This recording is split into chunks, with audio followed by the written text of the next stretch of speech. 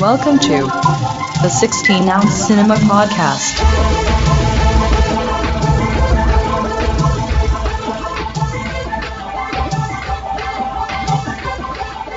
Hello and welcome to 16-ounce Cinema, where we drink pints and talk pictures. I'm TJ. I'm here with Angus. I'm back, motherfuckers. And hopefully Michael. bring the funny. Hey. Bring the funny. What's up? Oh, it's Michael. Hey, I'm here.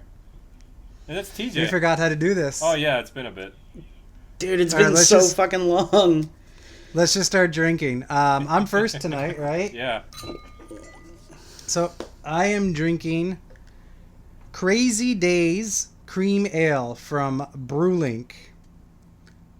I picked it because the name of it goes along with a quote from my movie, and also there's a coffin on the beer, and it's got like a skeleton hand poking out drinking a beer. But there's a lot of death in my movie, Cool. so it Oh, works. shit. God damn it, I hope we didn't do the same thing. Oh, there's a lot of death in a lot of movies. Yeah, especially cop movies. Yeah. Yeah, that's true, never mind. All right, Angus, what is your beer? My beer is... God, this is a really fucked up can. Like, this can is so cheaply, like, it's just silver and there's, like, just a shitty sticker on it that just says Rainbow Sherbet.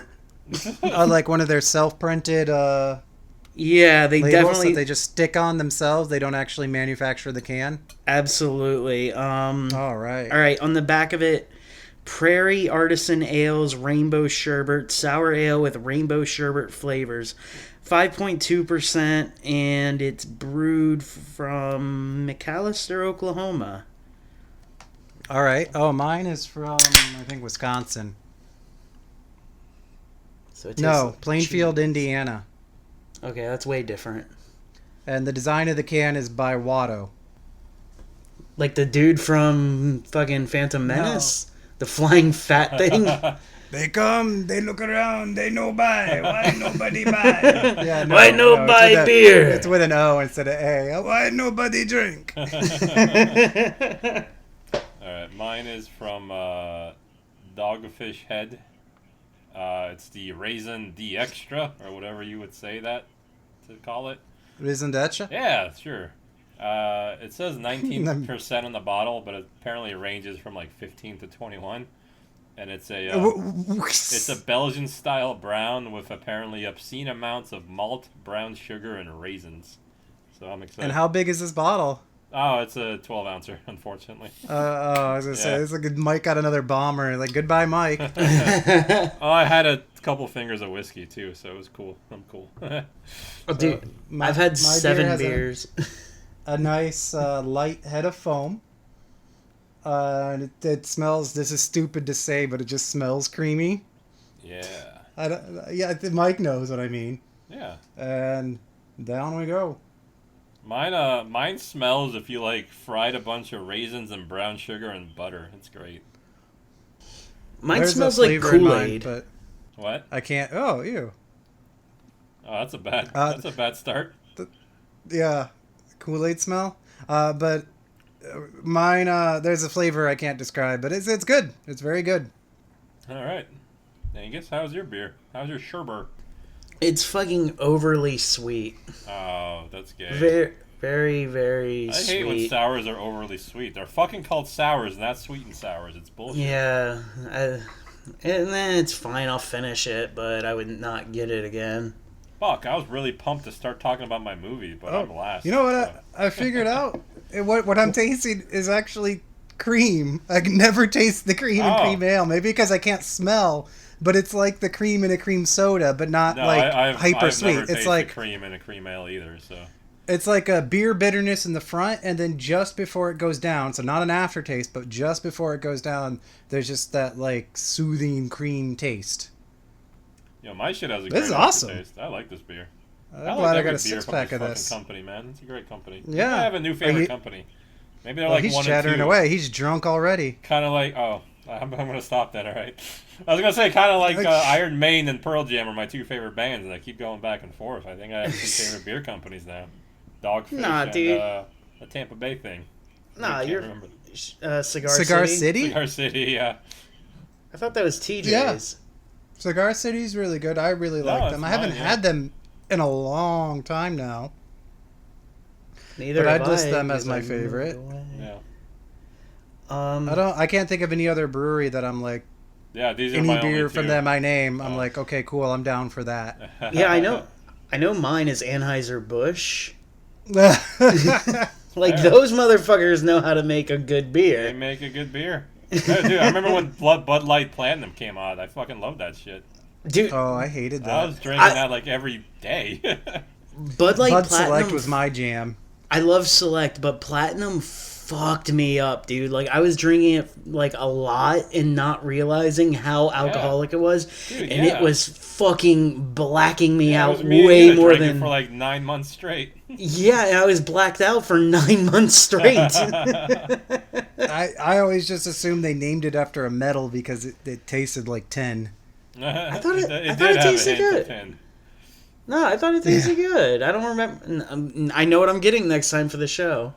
But I saw one that was like, the Budweiser has like a black lager or something like that. And I was like, why are you putting this on a display? But I kind of wanted it. So I know why they put it on a display. Have I ever talked about that one thing that they made, like that B to the E shit? No.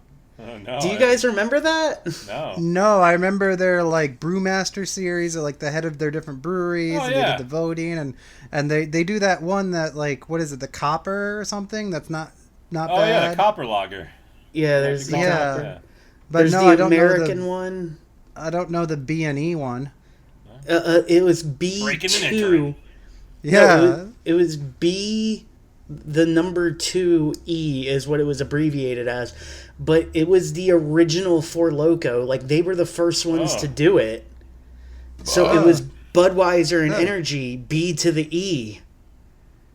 I don't remember that at all. I only remember Four Loko and Tilt because Tilt, the can was made to look like a battery. Yeah, it came out before those. Like, it was, like, maybe 6 months prior to Tilt and all that shit. But they were the first ones to do it, and it came in, like, a Red Bull can. Because, it was, like, I think, like, maybe 10th grade, me and Alex were getting that shit, and it was fucking... It was crazy, man. Do you think all those people, like, those guys making Four Loko and all the different beer energy drinks, do you think they knew their days were numbered? Or do you think they figured they could make them forever because they all tasted vaguely terrible? Oh, absolutely they thought they could get away with it forever. Okay. Like, there was no, like, fucking rule on anything like that at that point. Like, yeah, like, you have, like, an alcohol, like, level, like, content. You can't do, like, moonshine. But, Yeah. like, it's 14%. What can they say? Who cares if we add fucking 18 fucking gallons of caffeine? Like, Yeah. I guess once people started dying, it became a problem. But I don't think Right. that many people died. I think it was just a couple people with heart problems. They're being stupid. probably. It's And, always just a stupid asshole that dies and ruins everything. like, the way vape is going to get ruined for us. Or like CBD, like the state of Missouri is like all CBD is bad for you. That happened Is that today. true? Yeah, So- the Attorney General of Missouri sat down. I don't. You know what? It's a state that's sort of like Missouri. I don't want to. Maybe it's not Missouri, but it's Missouri like. They had like a meeting where it was like the head of state and the head of the DEA for the state and shit like that. It was weird. Does every So they're state going to have their legalize own? weed and then be like, CBD's no good? Yeah, they had some good points, but their like idea was like, this is all bad. You shouldn't do any CBD. You don't know what's in it. Hold And on, it's does like- every state have their own attorney general? I think so, but I don't 100%. Well, I'm which- unsure of their names. Which Well, one like a is district writing on attorney. our? Which one's Yeah. writing on the cigarettes then? I think America has one as a whole. And That's then, the each state has Surgeon its own General. things. Oh, it is the Surgeon General, yeah. Oh, Surgeon General. Okay. You imagine an army of surgeons with like their scalpels or like now their little like robots that they use. Dude, I'd be going to terrified. war. They know exactly where to hit you. Yeah, a surgical strike. Just they know exactly where to poke an artery and you're fucking gone. So for everything's our illegal. new, so for our new listeners, This is a show where We we hate the pretend government. it's about movies and then talk about anything but movies, and then we get drunk and we yell at each other and occasionally get into fights. Oh yeah, Welcome. I like wanted how to you- get. Yeah. I wanted to get into that because I listened to some of the episode without me, Oh. and Oh, am boring, I really just the rape joke guy? Oh, no, I'm the rape joke guy after this episode. Don't worry about it. Oh no. That mantle is firmly on my shoulders after this. All right, good. Because like I listened to it and it was just like I wish Angus was here for some rape jokes. I'm like, man, is that all I provide to the show? Like, I Oh, thought no, you are the Oh, you're comedy. good You for are it. the raper. You are I'm the raper. Whoa. Okay, I'll take it. Yeah. Don't put him out there like that, dude. Mr. Rape. That's a cool name. I have so many women hating me right now. Like, fuck it, I'll take that nickname. I'm getting many women are so you much dating? hate. I'm not dating. But Oh, he's not dating them, dude. All right, so Oh, with this episode, he's breaking the law, which is a problem for this episode because we're doing cop movies. Woo! Yeah. There ought to be a law. There Yeah. is. What is it? Whoa. It's Bad boys, what you gonna do? What you gonna do? When they come for you. I bought All right, I'll I get bought us- the single to that on as a vinyl. kid. No, as Oh, I as thought, a like, kid on recently. tape. Yeah, I got it at fucking like Eckerd. I only have one memory of Eckerd's, and that was like this Aladdin painting book or drawing book. What's the thing when you color in thing? A coloring book. That's what I got. Oh wow, I dude! remember coloring books. That you paint or you draw or color in. Wasn't that a thing for like a while, like a couple years back, where like adults were coloring things all Yes, the yes, so Yeah. and it was Yeah. like you'd color in the word "fuck" as if it was something fun and cool, and you're so unique. Like, ugh, time? stupid. I'm glad that was over. Of all the things, I'm glad that's Yeah. Yeah. So my movie, it's Oh, from 1989. It's a repeat director for me, Oh. and it is Violent Cop, directed by Beat Takeshi. All right. Well, You our movies have similar titles. Oh, wow. may remember him Dude, from Glory to the Filmmaker. Oh yeah, weird ass like fucking movie with the dude with his head in his crotch. Yeah, the upside down soccer man. I hated that image. And it's just This called one's- Violent Cop. Yes, That's this one's awesome. not like that at all. In fact, he's not like that at all. That's like his one-off, like crazy movie later in his career. This is his directorial debut, or debut, as the French would say. So the movie opens basically lifting a scene from Clockwork Orange. There's this bum, and he's missing some teeth, and he's just sitting around, smiling, eating some soup. And then a bunch of soup bowls are thrown at him, and these kids come over and they start messing around with him. Are they filled with actually- soup? But no, just like metal bowls they throw at him, like dog 'cause dishes. I was gonna say if they're hot soup, that would suck. He'd burn. Yeah. No, yeah. Well, they kill him anyway, but not before. Oh no! They kill the Yeah, cop? they beat him to death. Oh. No, the Oh. kids kill a bum. Oh, I thought I was like, in- this is a quick movie. All right. I was And lost. part Sorry. where he's running away, one kid pulls himself up on a tree branch that happens to be nearby and bicycle kicks the dude. Hell yeah, that guy's awesome. Fucking Liu Kang's him. Yeah, he just picks him up. Bum, bum, bum, bum, bum. And there's a lot of kicking in this movie. Can I say something? Do you remember when we made our own character in Mortal In the Kombat? Mortal And that was Kombat, his. yeah, we made Steve Purr because you couldn't make him Steve Perry. He was as tall as you could make him. He wore a red suit. He had angel wings. Yeah, he had And angel all of wings. his moves were bicycle kicks. So no matter what buttons you press, he just bicycle kicked you. This fucking 8-foot monster with angel wings, named Steve Purr. I don't get it, but it's hilarious.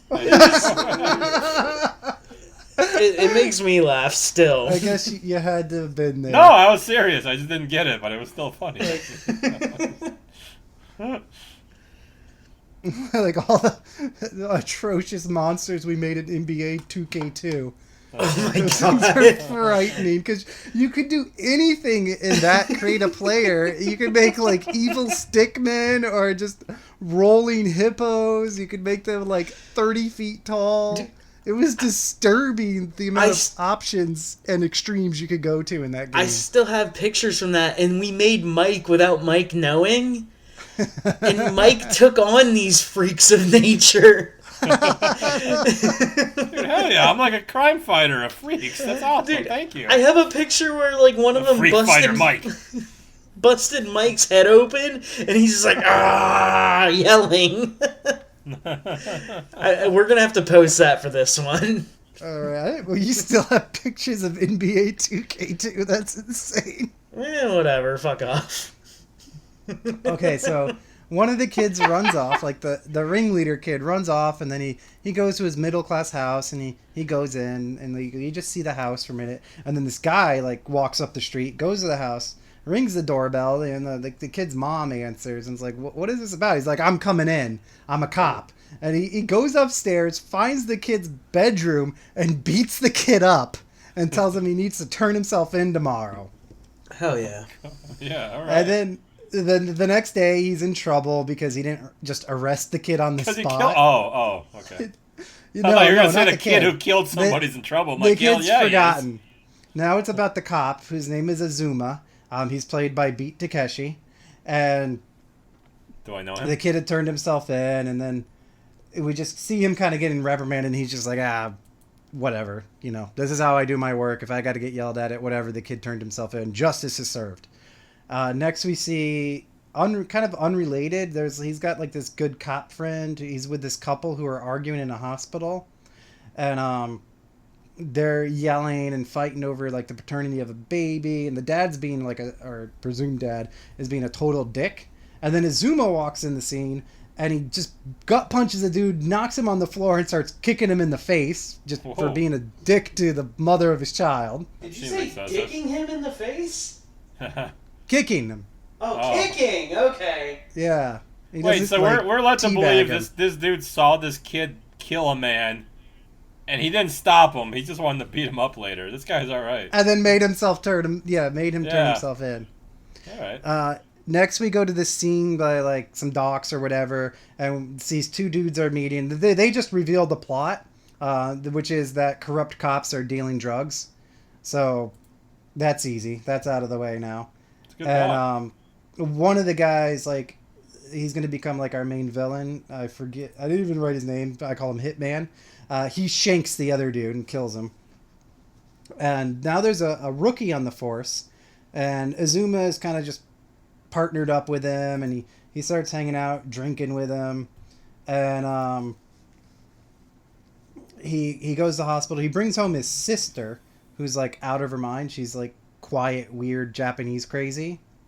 And later, like, he goes out, but Azuma comes home, and there's this dude in his house, and the dude had obviously slept with the sister. So Azuma gets mad, and but the guy's like, I'm just gonna go. I'll go get a taxi. He's like, no. I'll get you a ride. I'll give you a ride. Don't worry. And the guy like protests, but the guy's like, no. Azuma's like, no, I insist. And he takes him outside, and then Azuma immediately kicks him down the stairs in front of their apartment. Hell yeah! For fucking his sister? Yeah. Not even crazy. Like violently fucking his sister, just like a consensual act picked her up. Sex? Well, she's like slightly 12. She's insane, and Slightly she won't be out of the house. No. Like, not like, just right in that 12-ish area. So Slightly. he takes him down the sidewalk, and he's interrogating him and yelling at him, and basically tells him, "Don't ever let me see you again," and then puts him on a bus. This guy's a dick. Wait, did he pay for the I'm bus out ride? on this guy. No, he didn't pay for the bus. Also, the rookie, like, he gets a cab ride later and, like, makes other guys in the force pay for the cab. Like, This honestly sounds like it's 100 episodes of his guy just beating up random people. I'm down for this movie. It is, yes, it is, like, disconnected episodes of him just being a total loose cannon. So then the next scene, like, they go to see this informant, and the informant is, like, super good at beating people up. So he beats up 3 cops, and gets out of his apartment and down into the street, and then he gets in a fight with another cop, and he keeps punching him in the face, and then he manages to get up and hits the cop in the head with a baseball bat, and then there's jazz playing, so like all the action is like really like low key, which makes Dude, it all seem, my like, jazz movies more turn disturbing. into all your jazz movies. Now you're listening to jazz all the time. So they have Azuma chases him on foot, but then eventually he gets in the car with the rookie, and Azuma's driving and finally catches up to this guy and hits him. And the rookie's like, "Oh my god, what did you do? You killed him!" But then the guy like gets up and starts shattering the windshield with the baseball bat. So Azuma backs up and hits him again. And that's it. They got him. So like now he's trying to find out, more informants and find out what's going on because he, suspects this corruption. I hate that you keep doing that because I keep wanting to do the same joke we did the last time. The informant, fucking the snow shit. Every time you say it. Now we can't do it for like several more episodes. No, and it bums me out because I really want to do it. So Azuma busts a drug deal in a club bathroom, and he gets the dealer cornered and slaps the hell out of him. And it actually is in the IMDb trivia that he slapped this guy 23 times. Wow. To get the and name they say of America has a cop problem. What the fuck? Dude, imagine if Japan had minorities. This shit would be off the chain.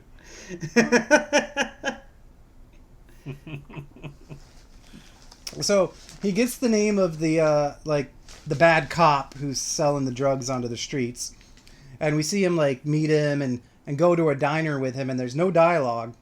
And then the next scenes are like, "Hey, where did that cop go?" Oh no! Everybody's wondering what's going on, and then he's found hanging from a bridge, where he hung himself, or supposedly.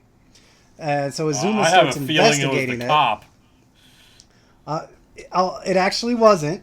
He starts investigating. I'll just give that away right now because it's really not important. There's it's only 10 minutes where you're like, did he do it? And then it becomes clear that he didn't. So now the hitman catches up with one of the informants who gave the name of that bad cop away, and he ends up kicking him off of a roof. So lots of, like I said, lots of kicking. We see some more informants are dead.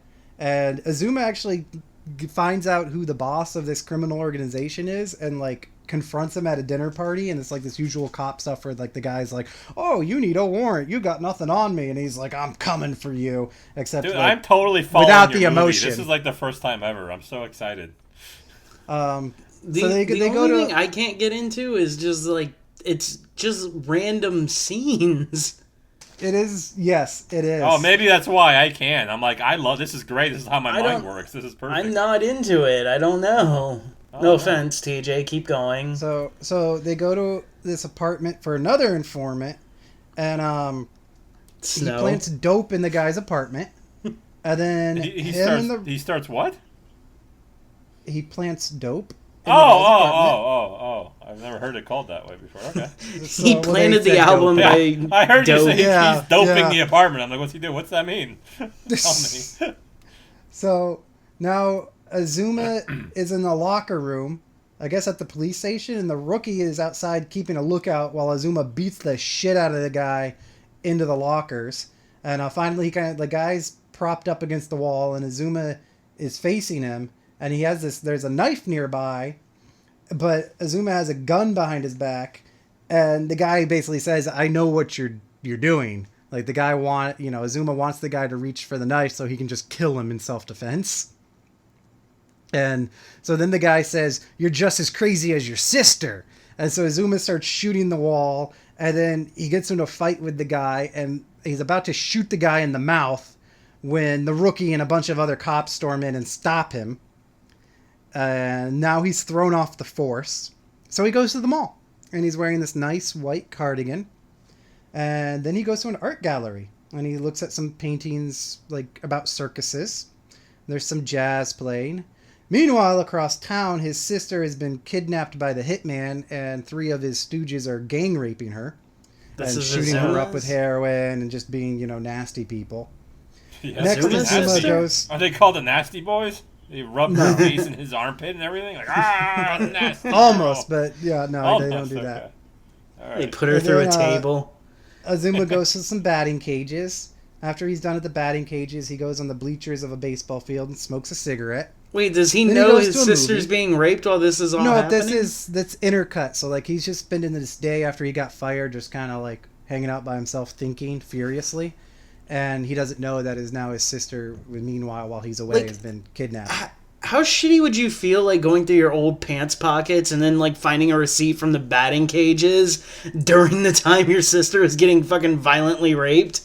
Well, I mean, he gets upset. But I'm just saying, like, that would just be a reminder later on down the road, like, man. Well, I get the feeling Azuma's the type of guy who litters, so I don't think he would keep it in his pocket. All right. I get it. I keep my receipts for some reason, so. You know, I don't get it. I wouldn't really be upset. I'd be like, I hit a home run. I'd be like, this is fun.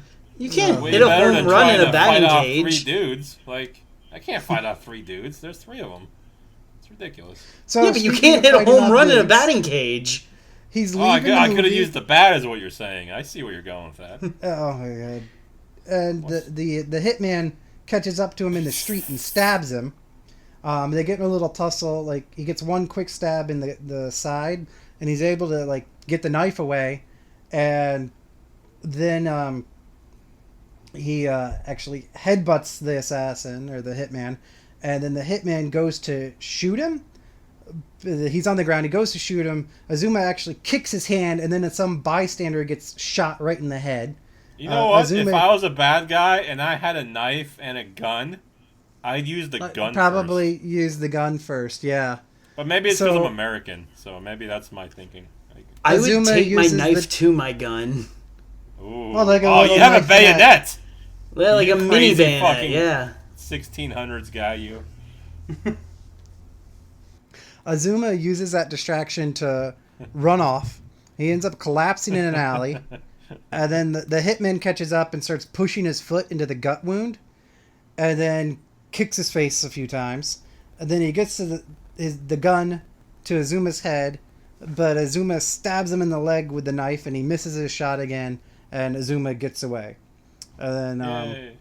the next thing is now the hitman, kind of like Azuma, the hitman's boss is pissed at him for kind of going rogue with the whole kidnapping the sister thing. So Every time the you say Hitman, I imagine a video game character. So this is really updating your movie to greatness.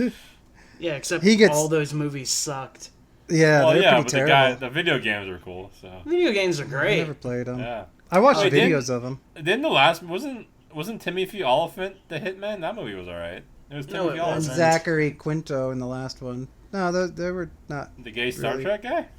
enjoyable movies. Yeah. They both sucked.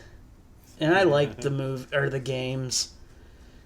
I actually didn't see the movie. I haven't seen any of the Hitman movies. I don't think they just look cool with their shaped. They're not.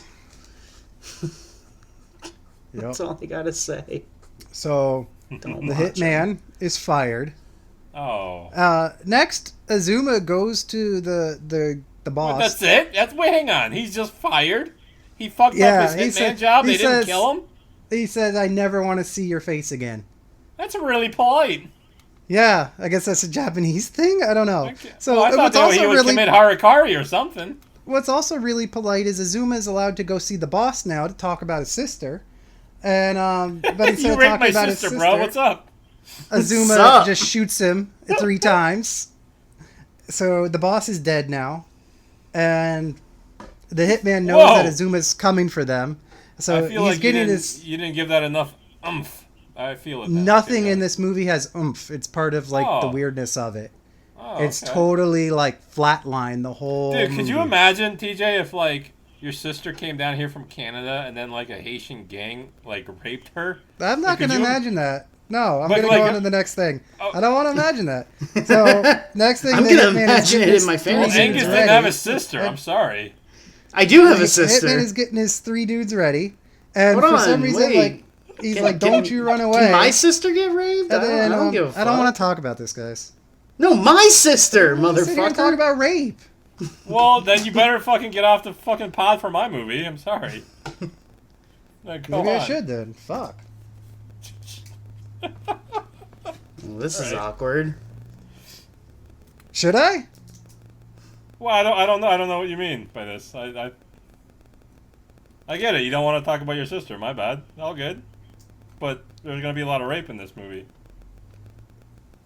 My movie surprisingly had no rape. And we've talked about rape on like half the episodes a lot. So I don't understand what's happening right now, to be honest. I've just never been comfortable, and I'm finally saying something about it. Well, okay, but I mean that's a weird time to bring it up, like just out of the Yeah. blue like that, you know. Because again, my movie has a lot of rape.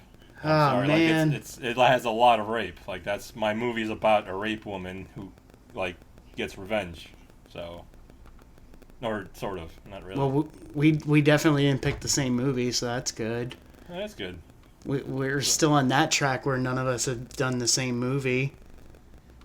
So since we're deleting this, like what's the issue? Like what's the issue with? Are we rape? really deleting it? Well, like Well, I I said, mean, it's no, not we're like- deleting this part. I We're just hope talking. not. Like, I kind of Oh. like that people see that. I mean, like I told you guys It's before, it's just like I'm uncomfortable. like just not comfortable joking about a lot of things really, but Well, actually, And, like, you brought up the religion part. I get completely. You brought that up before, and we've Yeah, I've and we certainly knocked it haven't back really a few hit that. times, but you never once brought up uncomfortableness with rape jokes ever, like ever. like in yeah, any excessive like situation. sexual stuff, rape stuff, like. No, I get it. I just get have that been, you like- feel this way, but you've never mentioned it in any way to me. Well, whatsoever. I'm telling And you I- because it's like it's been like like this whole year. It's just kind of like, well, let me just keep rolling with it because I don't want to like destroy Well, no, the you should have said show. something But I'm immediately. Like I'm just like destroying my mental state instead by like again not saying something. So this Wait, has been just building. how are you destroying your mental state? I don't. Well, I because really I'm don't. just Yeah, like that- I'm not. that's I told weird. you I'm not comfortable with it, so it gives me this is like anxiety. But I also tried to bail you out by making it mine, so me and Mike could just fucking make that. And Well, it's not even like being around it. You know what I mean? It's not whether like it comes out of my mouth. Well, okay, but like it's been 40 episodes. I just don't. Right.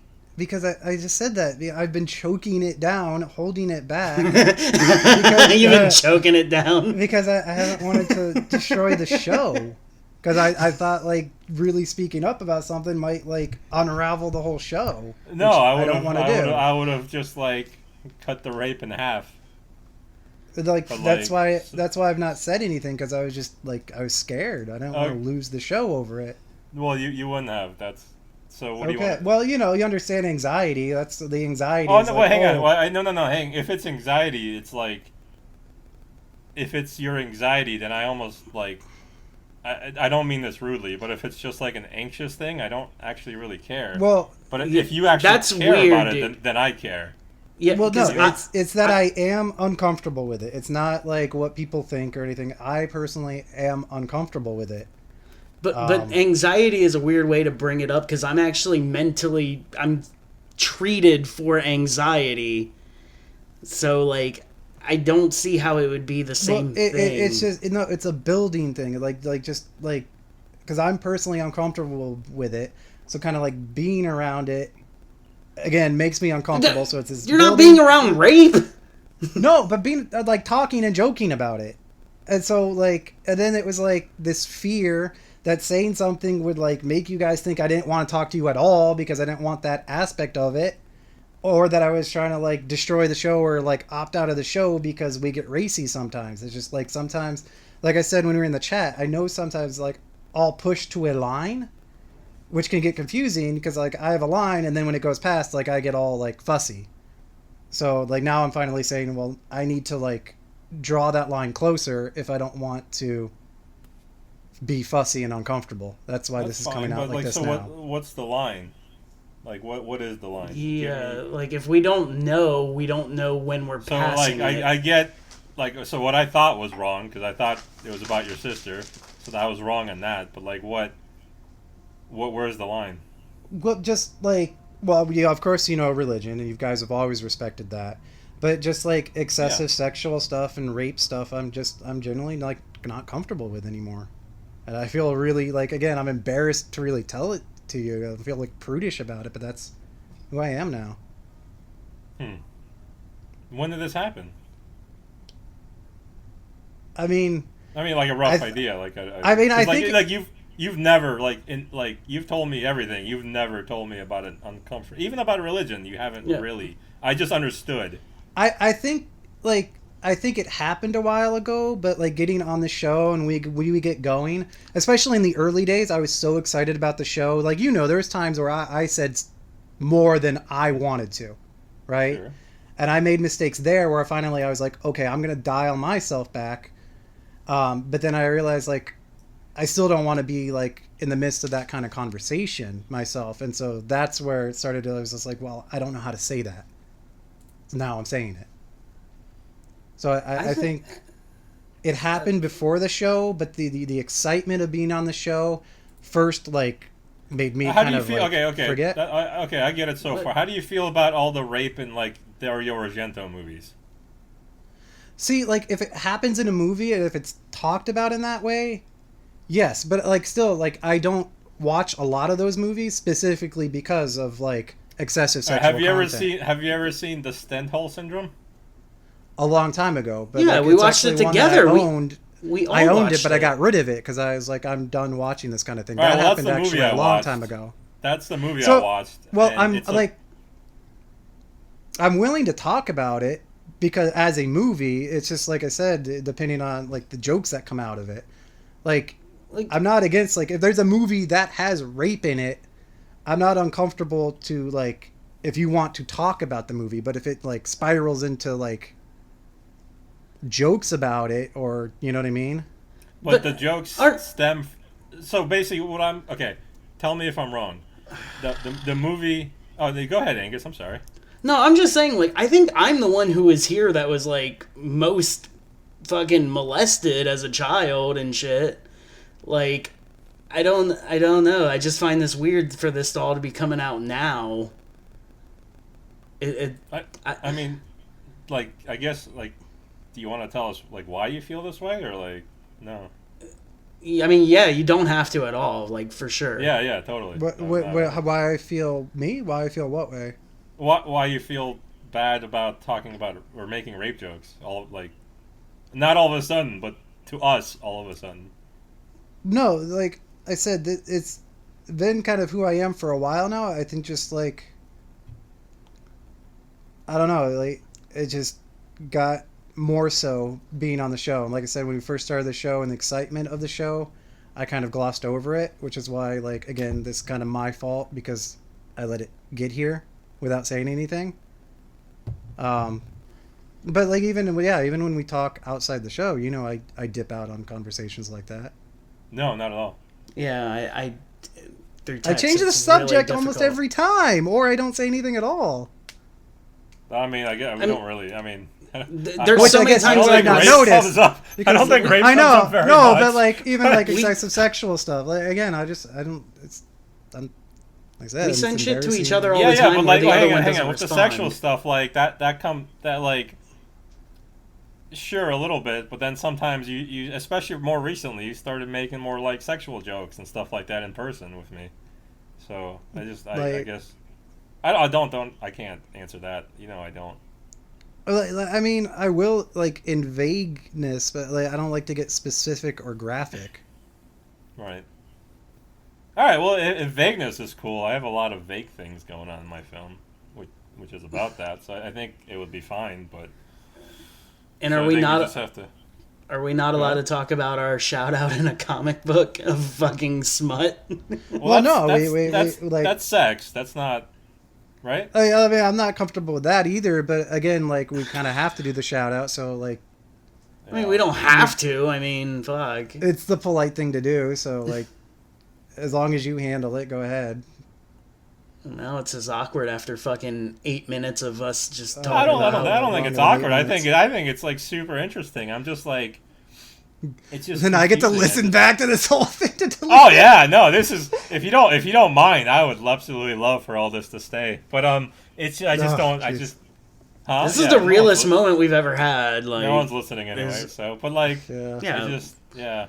They get to know the real us. So okay, so going forward, it's like, hey, TJ's talking about his movie. Let's not start talking about his movie characters raping people. Well, I mean, in general too. Like, I mean, Right. this obviously extends to our own personal conversations. Which like, okay, you asked me for a specific. Could you give me a specific when I started just randomly talking about rape? I don't. Yeah, I No, can't not just recall. rape, but like, Sex. you know, like graphic, excessive But graphic, and like. I don't remember me and you talking about sex for the last several years Right. at all because of this. Reason. Yes. Yeah. Yes. That's what I'm saying. Yeah. But how will we know if it hasn't been So- done? No, I mean, okay, so I kind of get it now. It's just, I understand why you didn't tell us, but it's just so like, Because I I'm mean, it gonna doesn't.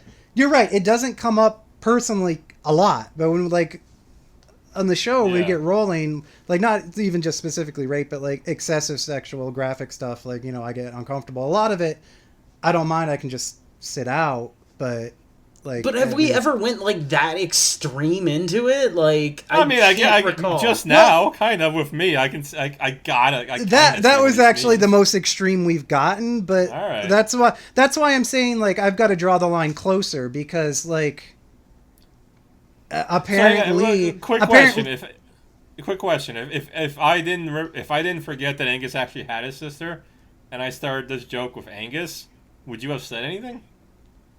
I might have just bit it down and it might have had to come up again. It might have just waited again. You know what I mean? Yeah. But Like I it feel still like would have me been and, there. me and Mike would have riffed on it for a bit. Like, would it have just been like you just fucking angry at us for me Well, hang on. like making Like fun angry of? and afraid to say something, right? Also, because okay, I'd so just be like, "Am I just a lot you know. of the times when you say "oh geez" on the show, like you're biting back a laugh. Like I could. That's what it always felt like to me. Was like It's you're a just fake like, laugh, oh though. No, gosh, no, it's- guys, No, it's like it's stop. like an uncomfortable laugh. So like I always just assumed it was like you're uncomfortable, but like in a funny way. Yeah, that's Like, what you're I not- always didn't- felt I never too. felt you were uncomfortable in like a real way, if that makes sense. Yeah, no, like but- I felt your anxiety, but like all three of us have anxiety, and we seem to all kind of laugh about it. So I assumed that's it was that's what I mean. That's what you do. yeah. So I mean, I assumed it was something like that. I didn't assume it was. I mean, we- didn't. No. We've sat here and laughed about my fucking divorce, like my life, like all that shit, and like I'm just like, yeah, whatever, fuck.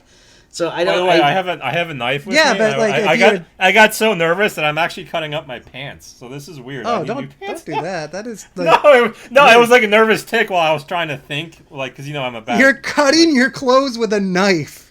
Well, okay, it sounds weird when you say it like that, but like it's just the string that goes in my gym shorts. I was like thinking and like kind of doing something with my hands.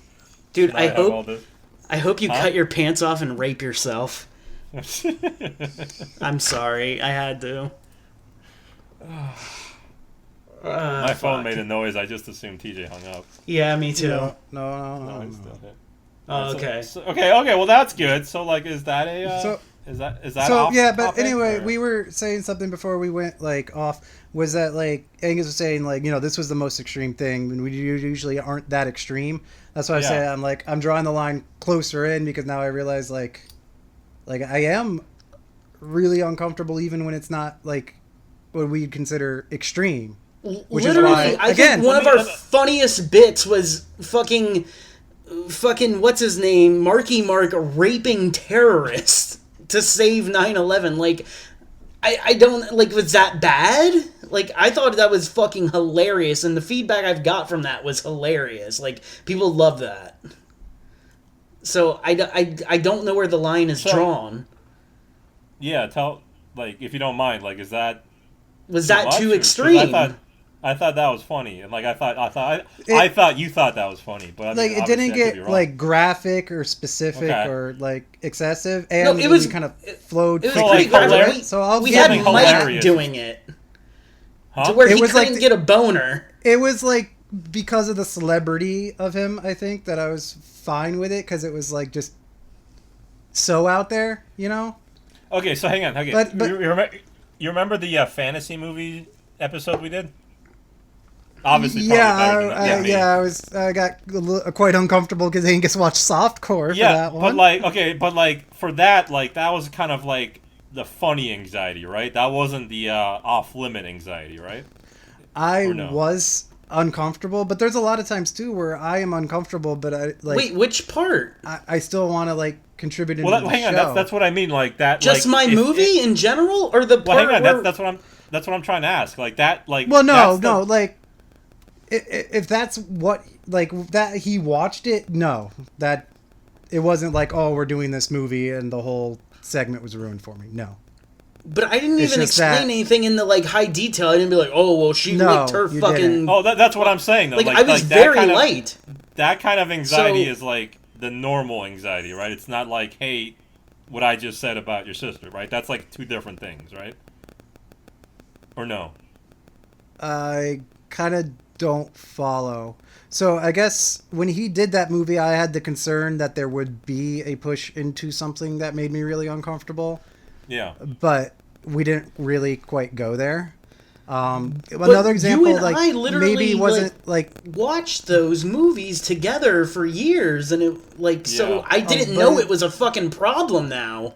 Yeah. Well, because I know you're right because I never said anything. That was a long time ago now. Wait, but that wasn't so it changed into a problem, right? Yeah. Right. Okay. Yeah. But now should we feel bad because we didn't know? No, God, no. He's not no, absolutely not. No. I don't know. I'm trying to figure this out. No, you shouldn't feel bad because I held this back. Like, I was uncomfortable repeatedly on different bits without saying something. Could you tell us why? Like why did this happen? Like, I understand growing and changing, but, like, this is something else. So, like, growing and changing, you know, part of my faith. It's just kind of like you know? No. Well, I guess, but that's really the big reason. Yeah. Okay, so we'll. It's okay. So next time Angus does a movie that's a softcore Cinemax film.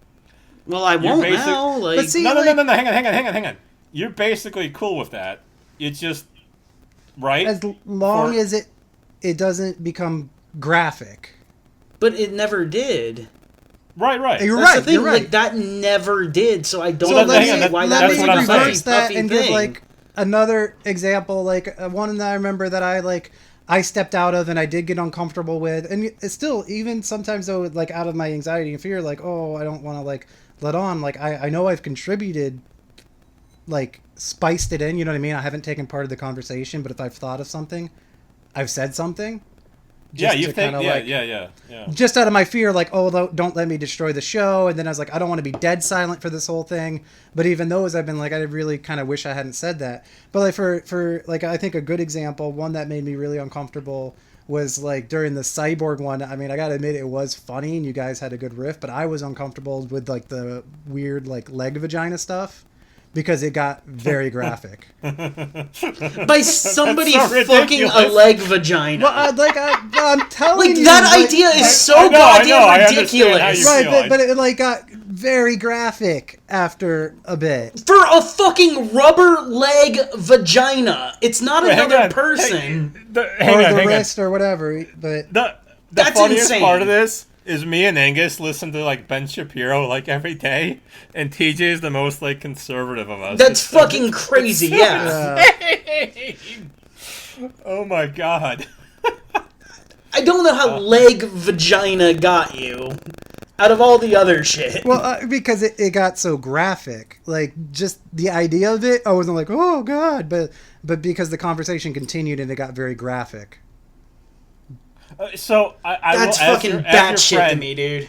I understand what you're saying, but it's just I know you know that, like, it's just so like I understand the rape thing to a yes, level. 100%. I understand that too, but the leg vagina thing I think is fucking crazy. Is almost like it's so cartoonish. 1990s like Republican stuff. Well, okay. This is why it's taken me so long to say something. Yeah, okay, and that's what that's like if you had said something 10 years ago, it would make whenever clearly this I happened. wasn't like this 10 years ago, which is also part of the problem. Yeah, whenever this happened, but like, yeah. See, in our friendship, in my head, I thought you were getting less religious, not more. So this is out of the blue. I'm definitely getting more.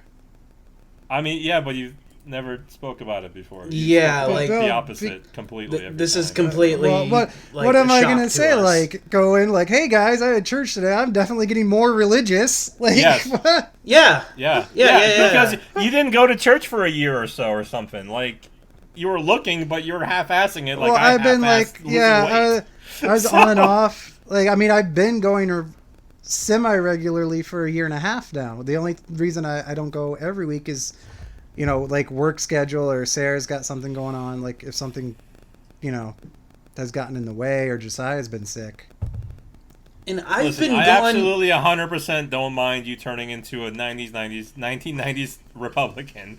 It's just that I'm going to ask so many questions about, like, where you're coming from. Because, you know what I mean? All right, yeah. All right. But also, I've been gone for fucking years, so, like, I have no fucking clue about any of this. Angus doesn't see me in person. The most I know about you guys is when we do this every fucking 2 weeks. Yeah. Like, so it's really fucking strange. Or, like, the just completely scattershot messenger where we change topics every 3 sentences. Yeah, because I didn't realize everybody was getting uncomfortable by the other person's fucking sentence. Yeah, because we talk about sex a lot, dude. Like, I don't mean to be blaming you. I really don't. I'm not saying. Well, it's not even just a sex thing. Like, we change subjects constantly. Like, and so I never saw that's it why being I said. a Like, thing. that's why you probably wouldn't notice it, because I didn't take part, or I just changed the subject.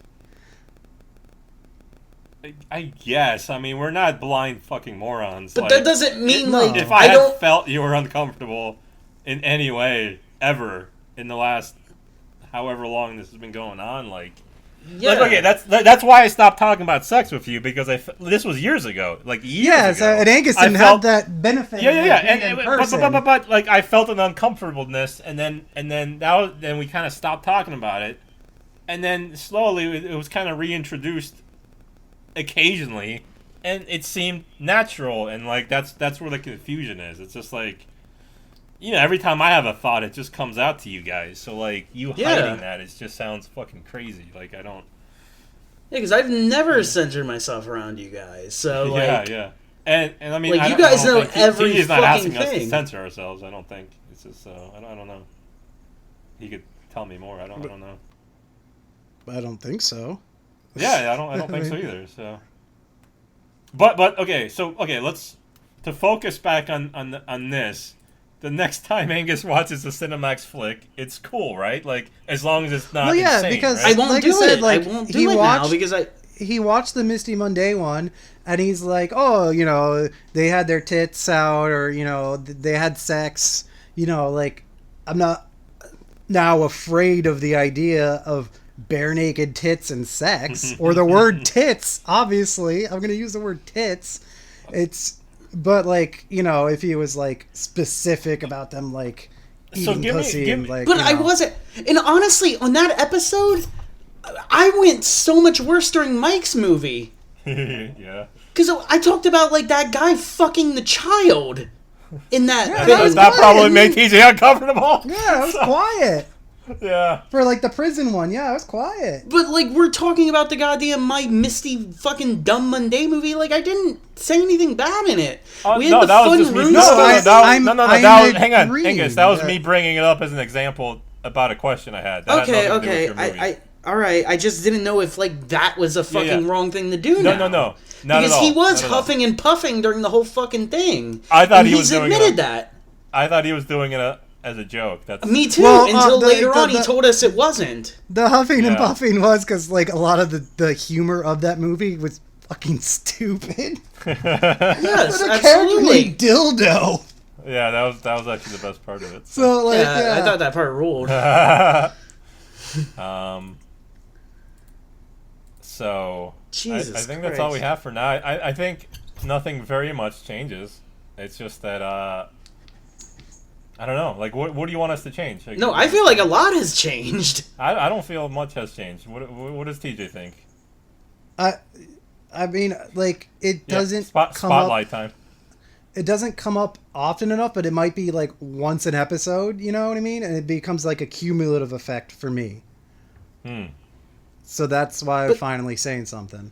But see, I've had this problem before where, like, I feel like I've been censored on things that I don't feel like should have been censored. There's somewhere I'm like, yeah, totally, I get it, do it, but, like, and now I just feel like more like on on edge, like, what the fuck can I say now, you know? No, I think you could say whatever the fuck you want. And TJ will let us know if. I mean, I can always. It's on us too a little bit. These are now. friends, I'm not but, like scared to let you know if I'm uncomfortable. But yes, like, you are. You just told us you were. You just said you were scared for 40 fucking episodes. But now Yeah. I've said something, so like going forward, I was like, hey, I'm uncomfortable with that. But so basically, I have as I a have general rule, anything too like specific or graphic, yeah. So I have I guess two final questions, which one I'll forget because I always forget the second part. So I don't like casual sex, right? I just don't like it. But I fucking talk about it all the fucking time. So like why is it different for you? What do you mean? Like I don't understand the difference between those two things.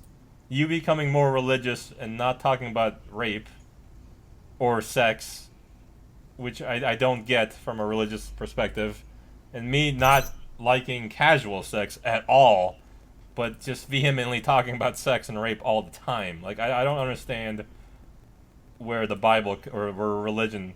Like, I don't understand. I guess I just don't understand where Well, like, I mean, why the Bible it's actually, happening. like, kind of, like, tells you, not specifically, but, like, tells you, like, not to talk about stuff like that. But it's not even, like, moralistic. It's just, like, you know, as I grow in my faith, it's, like, that kind of talk, like, just doesn't come natural to me anymore, so it sticks out more when I hear it, and it's, like I said, just reached a point where, like, I don't really want to hear it.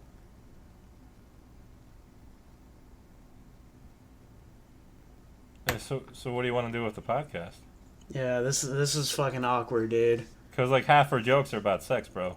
Yeah. So, like, I got it up until you said that. That's why I asked the entire question. Like, Yeah, because if what do we you can't wanna even do? just have, like, regular sex jokes now, like, that's even Yeah, more fucking crazy to me. Especially because of the types of movies we fucking watch. Like, I'm always gonna go fucking crazy horror or whatever the fuck I can find, which has a lot of sex. That's what the fucking genre's known for, dude. So I've said, just, like, without going crazy graphic. my movie has strippers in it. Am I not allowed to talk about it now? Like, I don't... It's weird. Yeah, I know. Yeah, well, that's, you know, it's 2019. You can't just say, yeah, I know, and just... Yeah. This isn't 1972. What have I been doing or- for 20 minutes? I know, but, like... It really is, like, the fate of what we're doing here. Like... And not even that. It's just... Well, like, I don't want to feel like I'm on fucking eggshells every time because I don't know what parts I can talk about.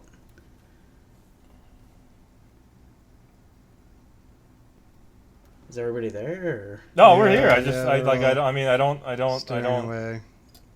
No, it's just... You know, I understand faith. I just... So, in a way, I just don't understand this sort of faith. And I can't understand the how the two match at all, like, really.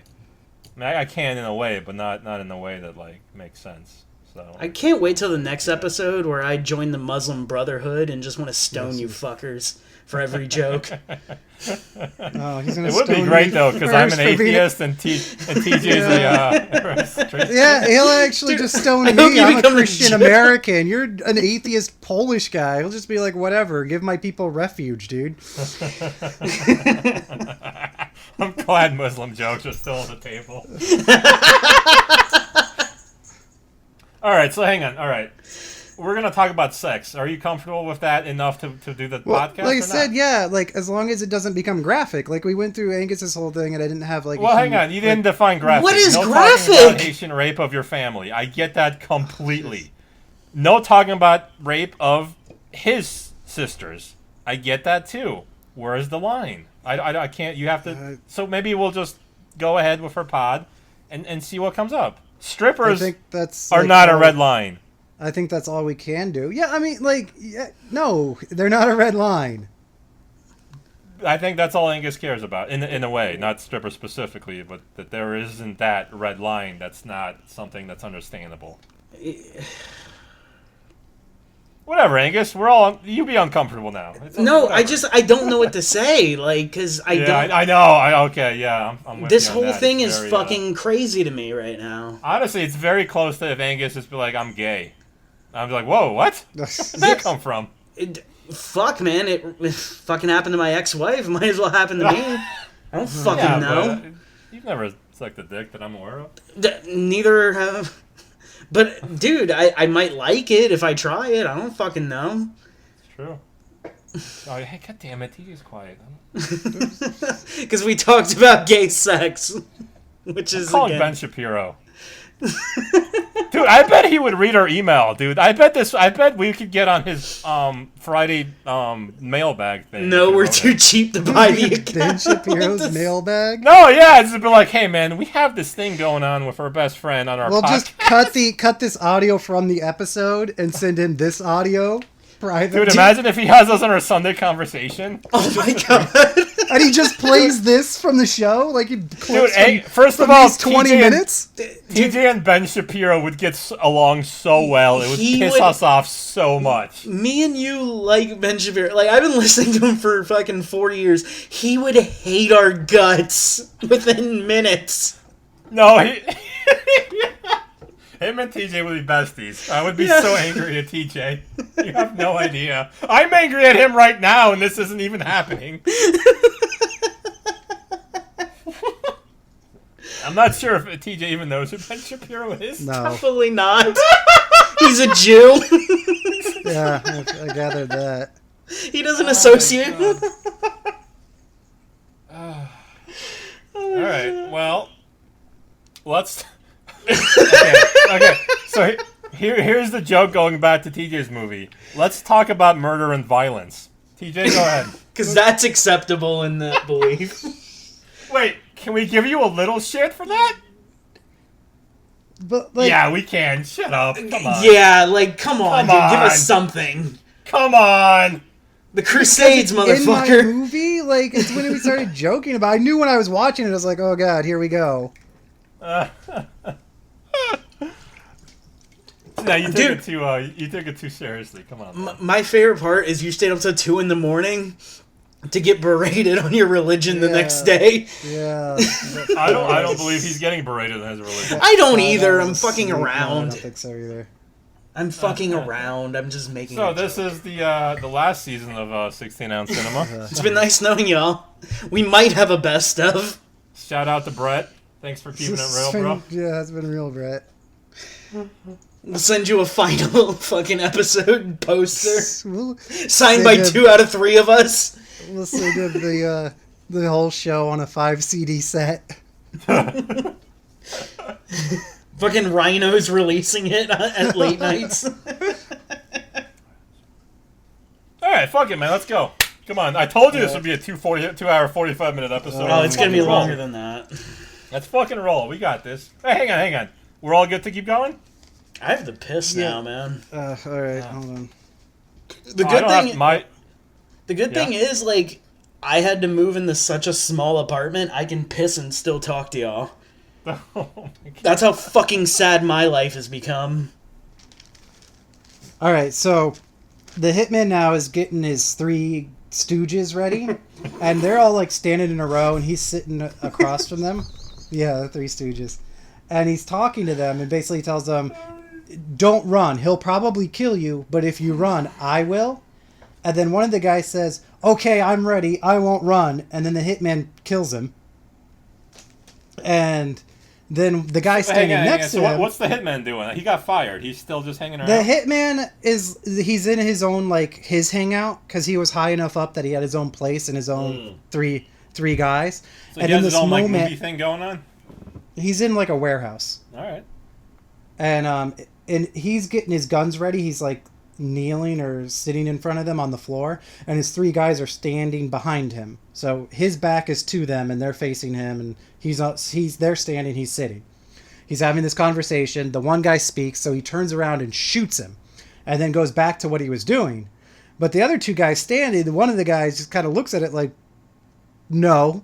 So that guy shoots the hitman. Hell yeah.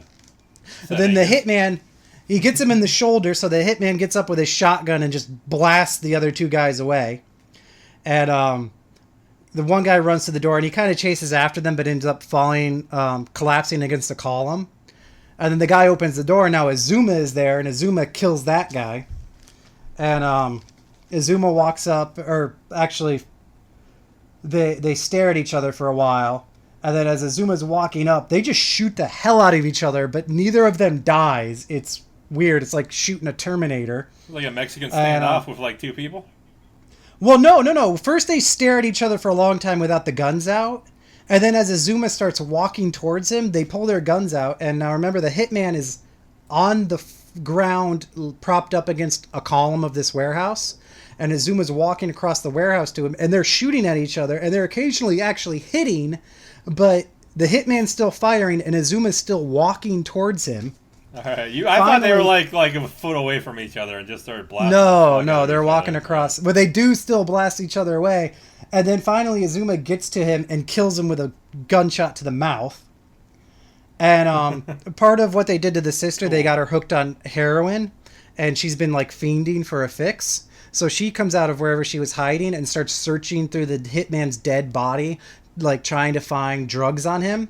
This is what happens every time somebody offers me a pizza. I just fucking lose my mind. You just fiend through their pockets? Well, not for me. You search corpses? I mean, if a fucking cemetery made good pizza, I'd eat it. I don't give a shit. Oh, wow. What would you call that? Business plan for Angus there. Rest in pizza? No longer part of our podcast. Where'd he go? I'm here. All right, cool. You didn't like rest in pizza? Hell no. Yeah. It's against what I believe in.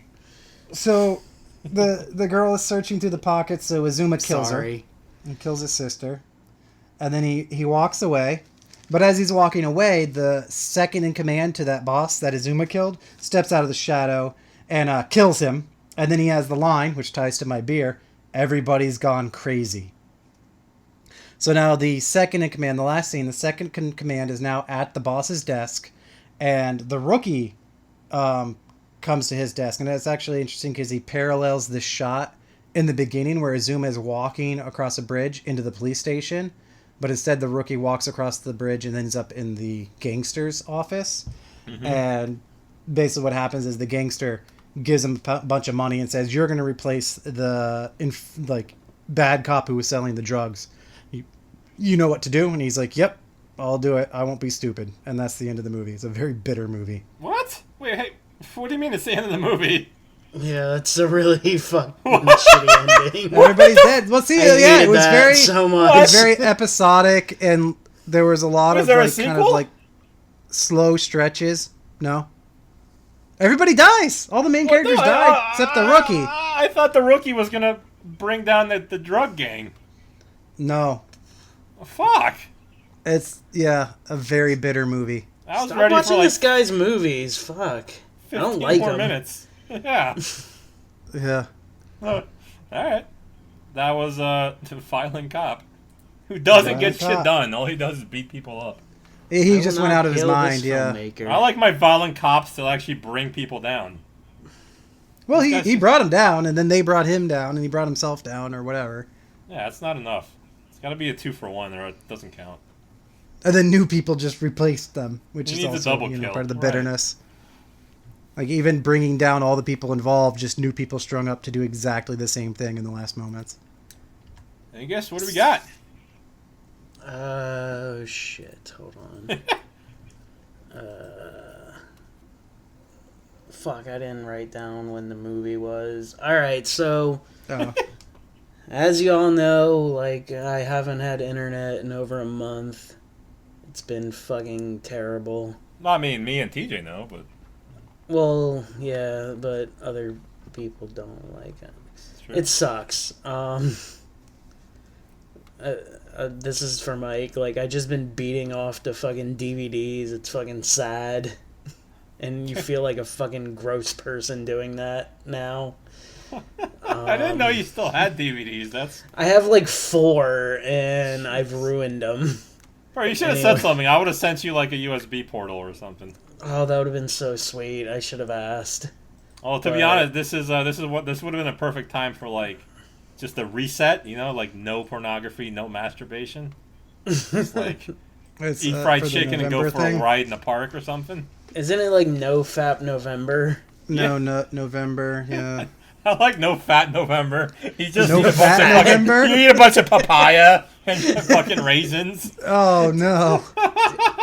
I told you guys I've only been eating chicken wings for like No 6 Fry days straight. November. Only Fat November.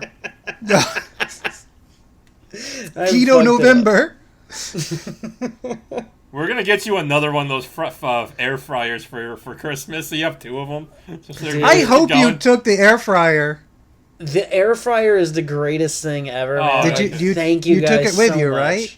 Oh yeah, hell yeah, I took that. Oh, Oh okay, yeah, alright, because cool. that was yours, not hers. That cunt was I not would be like getting calling that. up Amazon and be like telling them like, "Hey, listen, this bitch took his air fryer. What?" Dude, can I we bet do?" they would just send another one. They'd be like, "We get it, bro." Jeff Bezos is about to lose like $10 billion to his ex-wife. He'd be like, "Bro, we got this."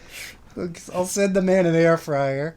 Dude, I told you guys. All he has right now is a room, a bathroom, and a hot plate. Like, give the man an That's- air fryer, please. That's literally it, man. Like, fuck, man. It's fucking depressing. Like, I'm living like a fucking emancipated 17-year-old. It's fucking sad as shit. Oh, Oh, we knew those.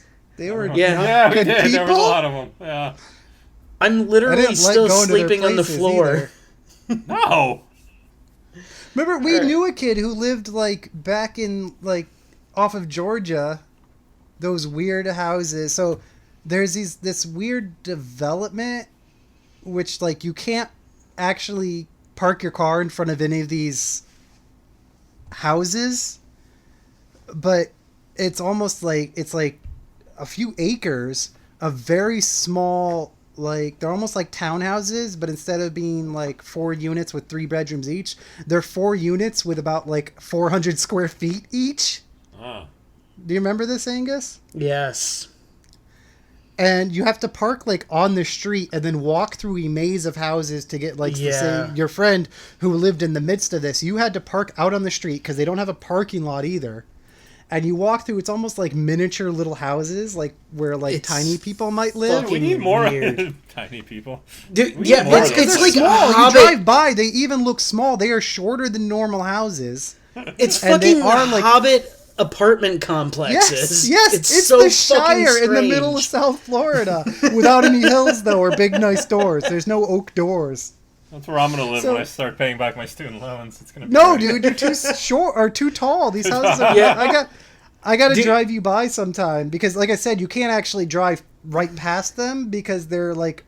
There's like a street and a curb and then a big sidewalk and then a bunch of grass and then you can see this like development or the Shire as we'll call it. You have to play a magical flute to get in. Yes, Like, yes.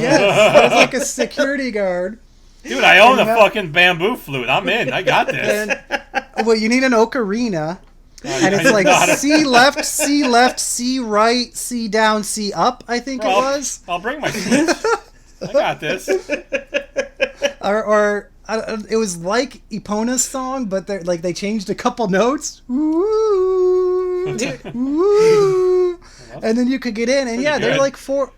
they're like 400 square feet, and that's a bedroom, a bathroom, a living room, and a kitchen. Yeah, like In your that- your bedroom has a stove in it. Yeah, right. It's fucking crazy. And it's just And the there was like weirdest place. 4 people living in it. Yes, yeah, they're like families back there and stuff. It's so weird. Crazy. And it's just like all the houses, like you walk down a side, so they at least have sidewalks. It's not like the shanty town. So they have like all these sidewalks you walk along to get to these places, but it is so weird. The weirdest thing to me is that they actually look kind of nice from the outside. You know what I mean? They're not like dingy or nasty looking or super ghetto. Because you think it's now. One building. You don't realize it's 16 in one. Yeah. It's fucking sick. I guess if you have 400 square feet and 4 people living in it, you've got enough hands on deck to keep it clean. Oh, yeah. I mean, my place right now is like 500 and something. Or no, it's... No, mine's bigger than that. I got like you've just been shitting all over Angus's apartment for the last I'm literally living in the Shire. He's just like, at least I don't live in the Shire. It's an actual apartment. Oh, fuck, I do. Building. Dude, listen, I would put up with a lot to continue living 10 minutes from work, so...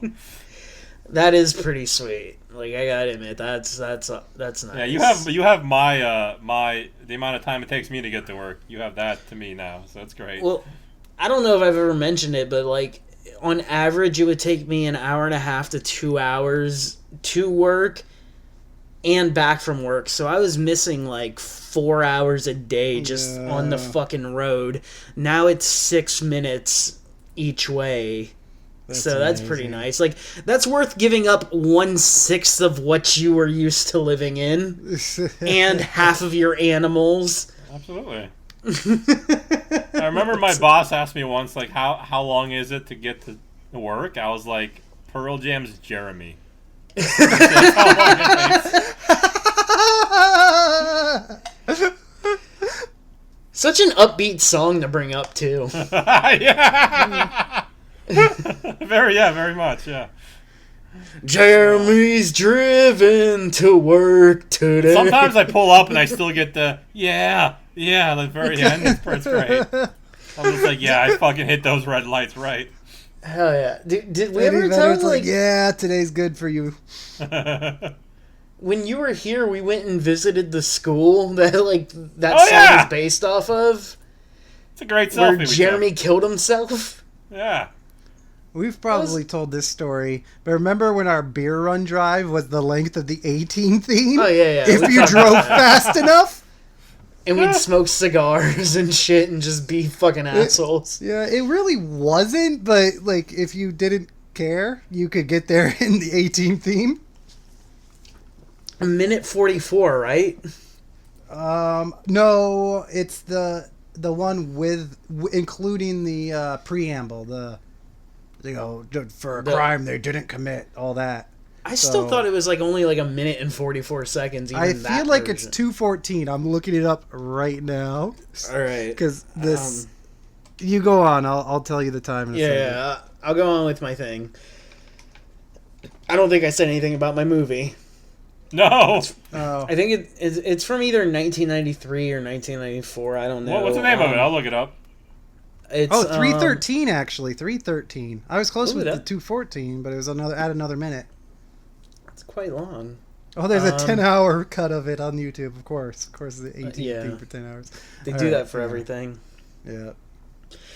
All right, so the movie that I picked was called... fuck, I didn't write it down. What? Shut up. Pyscho Cop Returns. Hell yeah. And I want to say it was 93 or 94. And you got it! Which one? 93. 93. I was going to say 93 because... Oh, god damn it. In the credits, one of the starring members is 1993's Penthouse Pet of the Year, Julie Strain.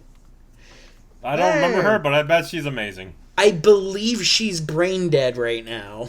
Oh, that's terrible. Oh, boy. That's what happens when you do heroin and take cock for too long. Yeah, TJ might remember her from... She hung around Trome all the time, right? Tales from the Crapper, remember?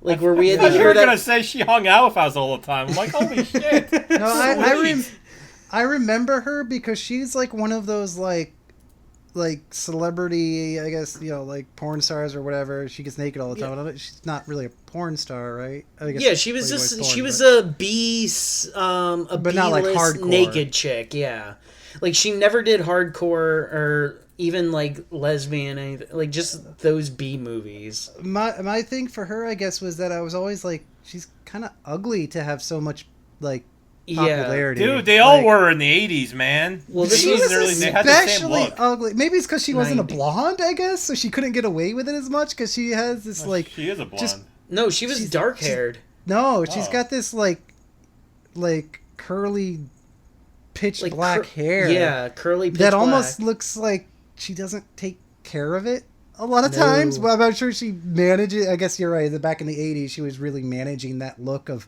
messy curls, but I always thought she was kind of ugly. Yeah, no, she was. I never like. Oh, this is her. I see now. Yeah, she played the Tromantis in Tales from the Crapper, so they had to put because this was 2006 when she was fucking done for. They put a praying mantis head over hers. But still had her dumb fake tits, remember? That. Yeah. That's one of my favorite things. You should say no to that. Like, that's so demeaning. Like, you're right. She had to have been losing her mind to say yes to that. Troma was so nice to her over the years. Like, they gave her a good start in actual movies. Yeah, she had not roles, but but the Rowdy Girls played on Cinemax and shit a lot. So it was just oh yeah, she was a mainstay. Yeah, cared. Obviously. Yeah. And then they just do that. They put a fucking mantis head over you. Because you're too fucking vile 5 years later. Too old. And then you have a fucking crazy stroke because of it. Oh, man. It's sad. No, she didn't have a stroke. She had something else happen to her. What is it? Are you looking? Off a horse. Oh, yeah, she fell off. Oh, shit. Yeah, she had a brain injury because of that, and then she got dementia. Oh, that's what it is. I thought she just drugged herself out. I mean, I'm sure it didn't help. I mean, she was imagine if I worked out for the last 10 years and fell off a horse. Wait. I bet I could take it better than if I fell off a horse now. Dude, imagine she was shooting up on the horse. I'm looking at the Wikipedia, so it's says much of her youth was wiped from her memory as she suffered a case of amnesia from the fall. When was the fall? As a childhood? Oh, so it doesn't say. Yeah, it may have caught up with her. Yeah, maybe a dramatic brain injury. Just she's tall. Yeah, caught up with her 6 something, right? Yeah. Oh, it was in college, right after college. Okay. Okay, so imagine if she does another movie now. Imagine dementia. If you had a daughter and you raised her and everything went right, and then she fell off a horse, and next thing you know she's naked with a mantis head. I would be so mad at life. I don't know. If I was a dad, I'd be well, at least she keeps her fucking face hidden. Yeah, that's right. It's a good girl. I taught you well. Dude, maybe her face was a result of the accident too. Oh no! I thought you meant she just turned into a mantis. No, maybe it was a head injury. Maybe it did something to the shape of her head or affected the nerves that hold her face together. Because you could. That happens. Yeah. Yeah, she had a weird, elongated head and shit. So literally, we've only said 2 words about Angus's movie so far, which are Julie Strange. She actually looks like the Elephant Man in a few of these pictures. I'm looking at one with her licking a gun in panties, and she just looks like that dude as a chick. From David Lynch. You just turn it black and white and put Anthony Hopkins in the picture with her. I love the idea of talking to her, her talking about her past. I was the playwright off of the year. Now I'm imagining Elephant Man, but it's her with a mantis head. Well, then that wouldn't really be a movie. Then it's just a guy with a mantis head. The mantis man. Yeah, it's not even an elephant man. It's a mantis head, but they still call it Elephant Man. And Anthony Hopkins plays it dead straight opposite her. Dude, is it still topless? Yes. Oh, I didn't even think about that. That's a good remake. Dude, let's... oh, right. She's 70. Yeah. Has dementia. This would be problematic in this day and age. You know what's hilarious? We could get her for cheap. It probably could still be done. You just digitally take her out of Tales from the Crapper and then digitally put her into Elephant Man and then just overdub her with the original dialogue. That's a good point. God, that is great. And just, like, decolorize it, too. I'm just imagining her just moving all wrong, though, because she's not even in Tales from the Crapper that long, so you don't have that much footage to work with. Dude, she has more pictures than, like, Obama on Google Images. What the hell? I'm just keep scrolling. There's just so many pictures of her looking gnarly. Alright, we gotta move on or we never will. Alright, so... The movie is Pyscho Cop Returns. It's a Riff Coogan adventure. That's how it presents itself. And I'll tell you more about the Riff Coogan thing later. All right, so we begin with two guys in like a diner talking about a bachelor party that they want to throw at the office. And they're going to have drugs and whores and all kinds of shit. And they're like they're excited. Well, one of them's really excited. And then they're going to go fishing where everyone throws up on the boat. Oh, I didn't throw up that time. That's the one time on a boat I didn't throw up. Oh, sweet. Yeah. Because we woke up at 4 a.m. to drive to Key West, we all passed out at like midnight after like one drink. I'm thinking about my other friend's bachelor party. You went to 2 bachelor parties in Key West. Right. On a boat, yeah. And one of them I just really? fucking threw up for 4 hours, yeah. Our buddy, Rich, yeah. That's the only time I never puked on a boat. And I was drinking heavily on that one. There you go. That's so I thought I was gonna puke, but I didn't. Like the beer kept it down, like which was shocking. Nice. I thought I was gonna puke when I went into the restroom. That place is disgusting. Which one? Wait, what? On that boat. Oh, on the. Oh, yeah. Okay, yeah. I just remember fucking James had to take all my fish off the hook because I didn't want to touch them. Yeah, thank God he came with us. I was grossed out by that. I was like, James was like our dad, like, here, let me get that for you, you little really moron. Was great. He was so sweet about it, too. He was. The crew was probably pissed because, like, they weren't getting tipped. Oh, no, they, like, auto-tipped, didn't they? Yeah, they fucking retarded Chip with like the $1 per fish fillet or something. Yeah, these little tiny fucking half-pound fish. But didn't James like also jump in and start cutting the fish up too with them?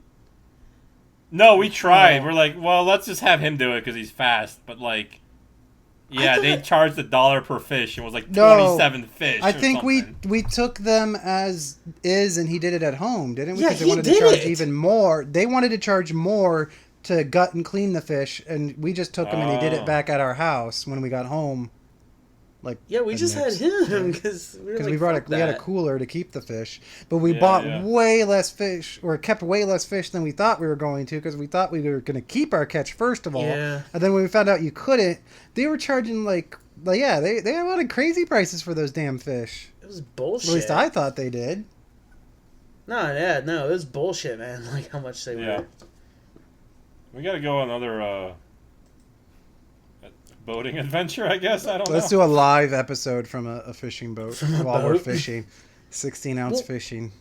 Do you remember your movie on Ranker.com is listed as You're not allowed to Google him. Movie.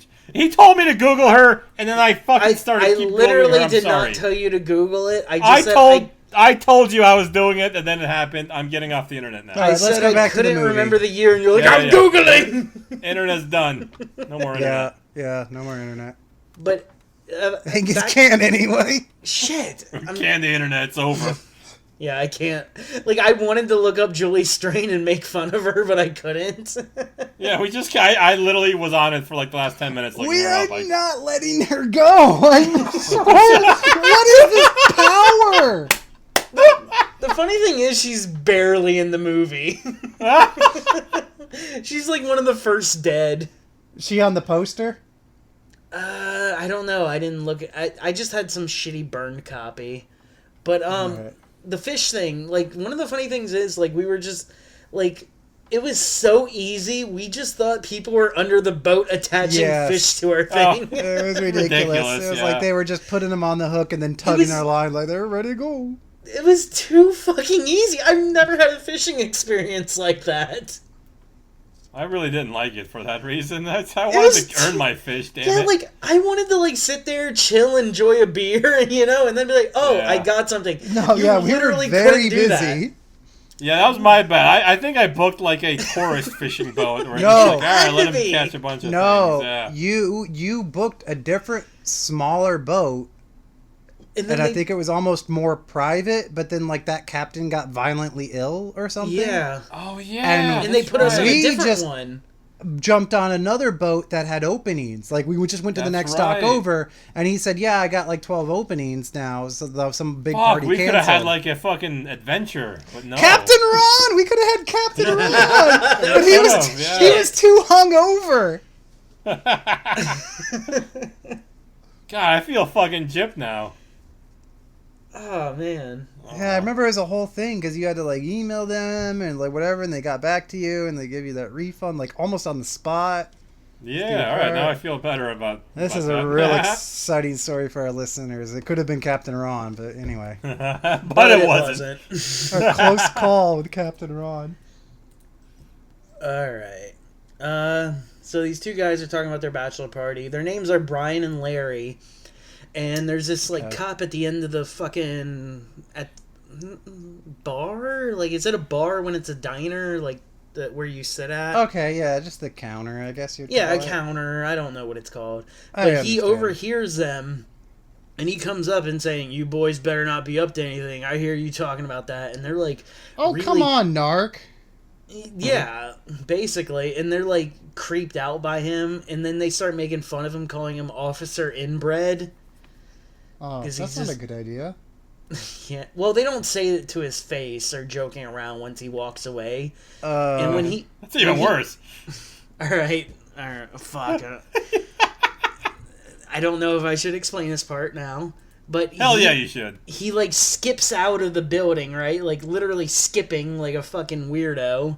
The cop? And he goes to his cop car, and he gets inside, and it's covered in blood and body parts. Oh. And, like, there's body parts everywhere. There's, like, 6 That's a heads. nice twist. Like, fucking... There's, like, fucking 8 arms in the back seat. And then there's, like, in blood pentagrams and 666, like, sketched in blood all over it. I'm not sure this guy's a real cop. I'm not sure I either. think he's a serial killer. I was starting to get that same feeling. Like, I've never been in a cop car. Fortunately. I have. But I've peered into some and, you know, didn't see anything No like body that. parts that I've seen. No pentagrams, no body parts. I did see 1666, but, like, it was in pen, and it wasn't very well, like, etched in. But anyways, one of my favorite parts of this is, like, there's a finger inside the part where you stick your lighter. Oh, nice. You know what I mean? So it's just kind of sticking out of it. Would he get electrocuted if he tried to take that out? Would it, like... I don't... No, I'm wondering if he pushes it in, if he could actually light a cigarette with that finger. Oh, yeah. Like, could the finger get hot enough to where you can light a cigarette? Like, if you cauterize it enough, would you be able to light a cigarette? I don't know. Like, I should just take a lighter to my finger, I guess, and see if it burns. Let's do it. Like, it catches a flame, and then if I could, like, just burn threads off my jeans with it. Oh, they're gonna burn you as a witch. Don't do that. Terrible. All right. I might even be like, yeah, he just seemed like a witch his whole life. I don't know what's happening. Now he's just bleeding fire everywhere. Whoa. I missed half the conversation. I didn't know if you were bleeding the blood or if you were. Okay, so Officer Inbred has a scary cop car and people are bleeding blood. Yeah, so that's when the credits roll. We have Brian. Good movie. Yeah, Brian's yeah. no, not those. I love credits, short dickhead. films with a punch. All right, so Brian is like the kind of nerdy guy. He's paranoid about the cop following them, and I'm Larry gonna picture is... Brian Johnson and Larry Bird. Wait, The Brian baseball Johnson player? and Larry who? Brian Johnson and Larry Bird. Larry. Oh, okay, Larry Bird. He is Larry Bird. Make a three-pointer. Save the world. That's only funny to me and you. Yeah. All right, Larry's the cool guy, and then he's just like, "Ah, man, it's all right." And then the cop takes off. They're trying to get to the office, and they're trying to get it ready before Gary's. They're getting ready for Gary's bachelor party, and they want to do it without the boss knowing. And the boss is kind of a dick, because they keep sucking up to him, so he doesn't suspect anything. He's like, "Stop being suck-ups, you fucking assholes," and shit like that. Was that? Larry, did you just play an audio clip? That was really good. That was really good. I did. There was even a pause and everything. I put my yak back on. Yes. Larry's hanging out, and he wants to bang the accountant lady, and she's not into it, it seems. But what he does is he takes a photocopy of his face, right? And he finds her fax number and faxes his face to her, "Hey, sup, girl." That is it, man. Yeah. That's how people got laid in 1989. Oh, man. Or whenever this movie It's came out. so cool. Yes. How I cool gave a would that girl be a to do? resume once with a glossy 8x10. That's right, yeah. It didn't work out. It didn't. She started walking a different way to the class where we would walk past each other between classes. I wrote a song to her about that. Yeah. I was like, "Please forgive him." Yeah, so she was in a class with Angus, so this is how it actually happened. I never actually talked to her. I wish I knew her name so I could Google her right now. Hold on. No. Can I bring this up? We've mentioned this name on the podcast before. Oh, the name was Jennifer, which actually Yes.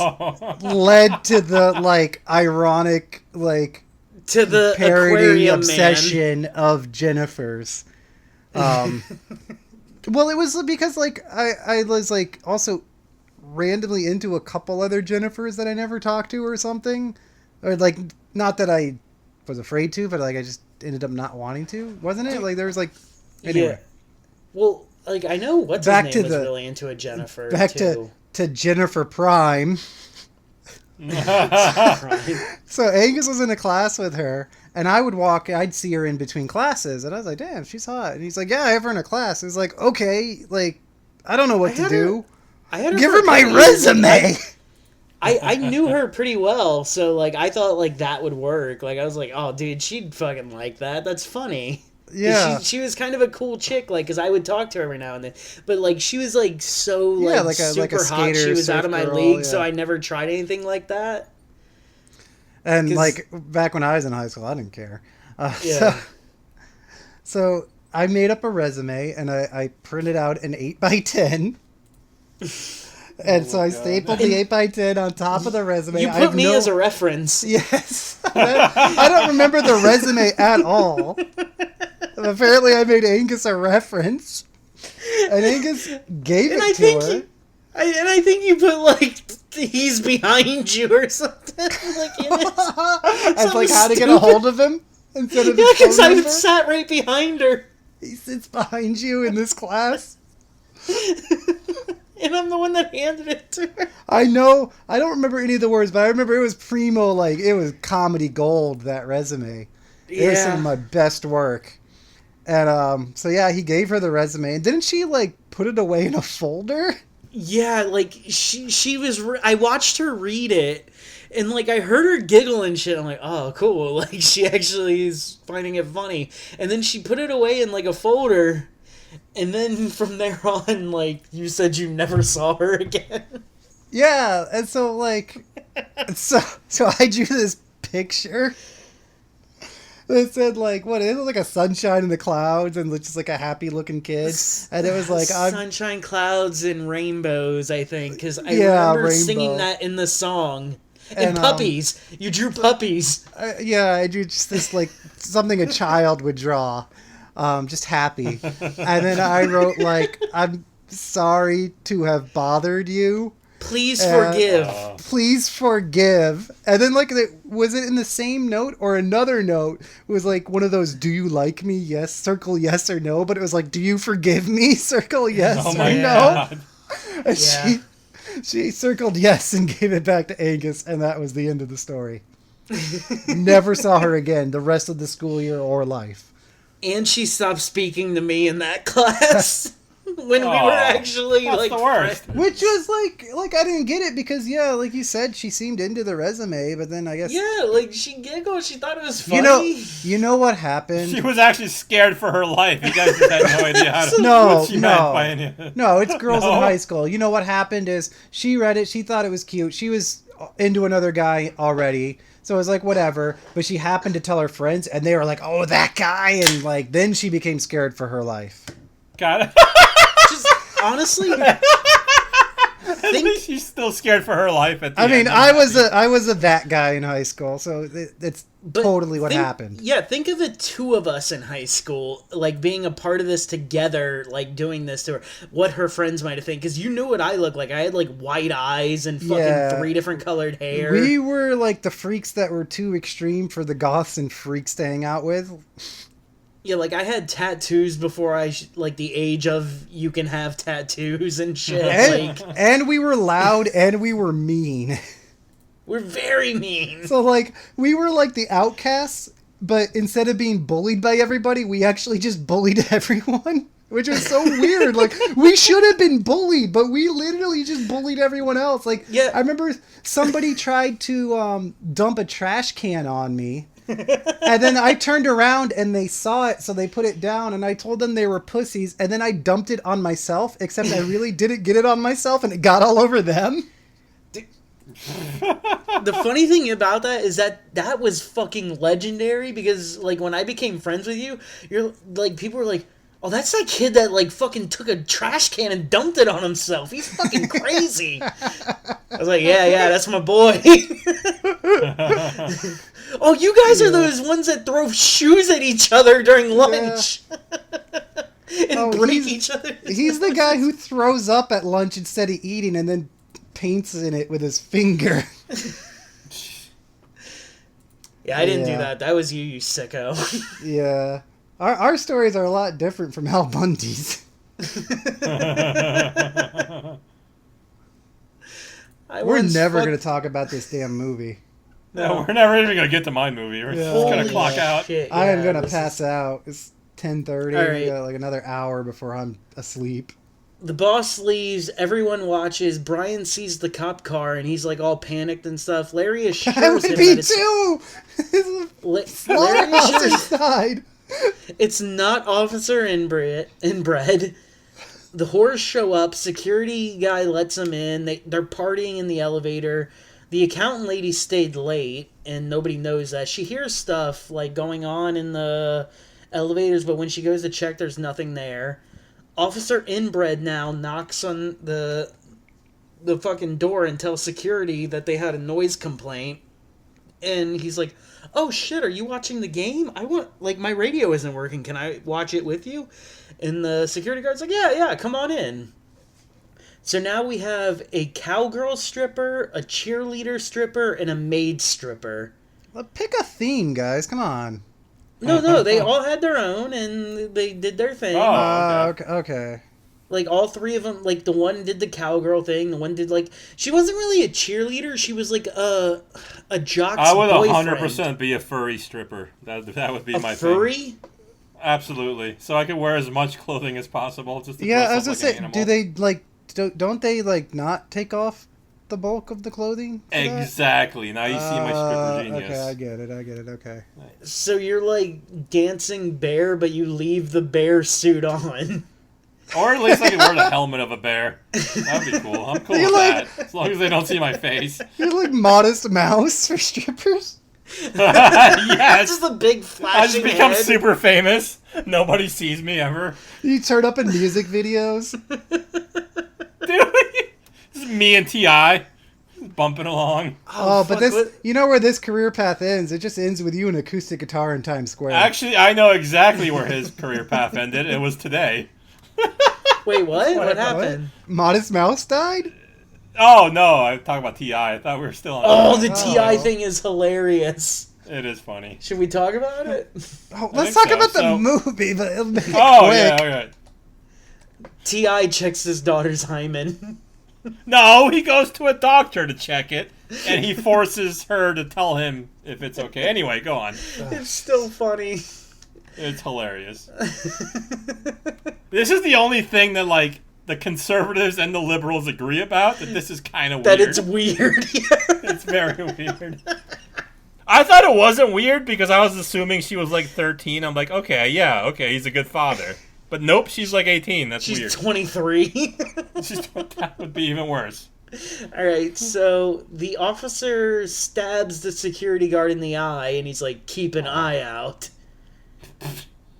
This movie is full of puns like that. Alright, the elevator keeps going on and off, and one guy gets mad, so he goes to check on it, and he's gonna go talk to the security guard, but he gets stuck in the elevator, and he tries to climb his way out from the top floor, and Pyscho Cop tries to grab his legs, but he gets up before that.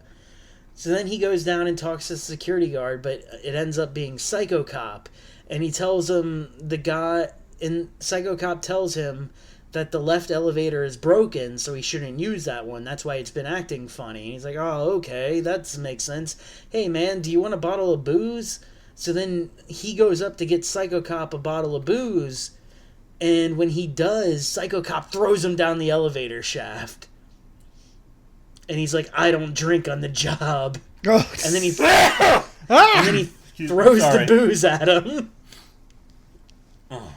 Alright, Pyscho Cop sends a fax now of his badge to the guys at the bachelor party. And then he sends a I love fax all of- these faxes. These are just there's such, so many faxes. awesome it's great. faxes. That's what makes this movie the ultimate 1993 movie, is the These faxes. are power faxes. So he faxes the dead friend's face on the on the photocopy machine, but everybody's just like, "Oh man, fucking, he's playing a joke." Like whoever that guy was, I don't remember his name. And now there's like some random people banging in a room, and the accountant walks in on them. Like, they weren't part of the party. They're just like this couple that were banging, but they're not really a couple. It turns out they're both married and cheating on their spouses there. Oh no, they're gonna get it. I was gonna say you find out about that later, but I'll just give it away now. And the bachelor guy, like, he takes his cheerleader whore up to the roof because he's like all excited to fuck her, but he takes her to the roof for some reason, where it looks like it's cold out because you can see their breath. So I don't know why you would do that in a 27-story building where it's empty and you could fuck her anywhere. So, Pyscho Cop. Let's call him Police Cop. Police Cop, yeah. When I did this, alright, I gotta make this clear. You guys know how I write all my notes into my phone and then I email it to myself? Yeah. I don't have internet. So when I did that, I realized, oh shit, I don't have that. So I had to retype it on my computer, like within that hour of me just staying home bored and drinking 7 beers by myself. So I'm pretty drunk right now. But anyway, so Pyscho Cop I reduced to PC, so yeah, I just think he's PC Cop. PC Cop? So he shoots the guy, the bachelor, because he's cheating on his soon-to-be wife. And then he's like, that's bad. And then he talks to the stripper girl and like is telling her how she's bad. So he takes her and just launches her off the roof, and then she lands in a dumpster. Brian, he saw the body flying down, but nobody believes him. And then they get faxes of those two bodies. And he's like, oh, I'm going to go looking for them because it's kind of weird they're sending us these faxes. And he walks by this statue with a giant spear. And he keeps walking around. And then he walks by the statue again and the spear is missing.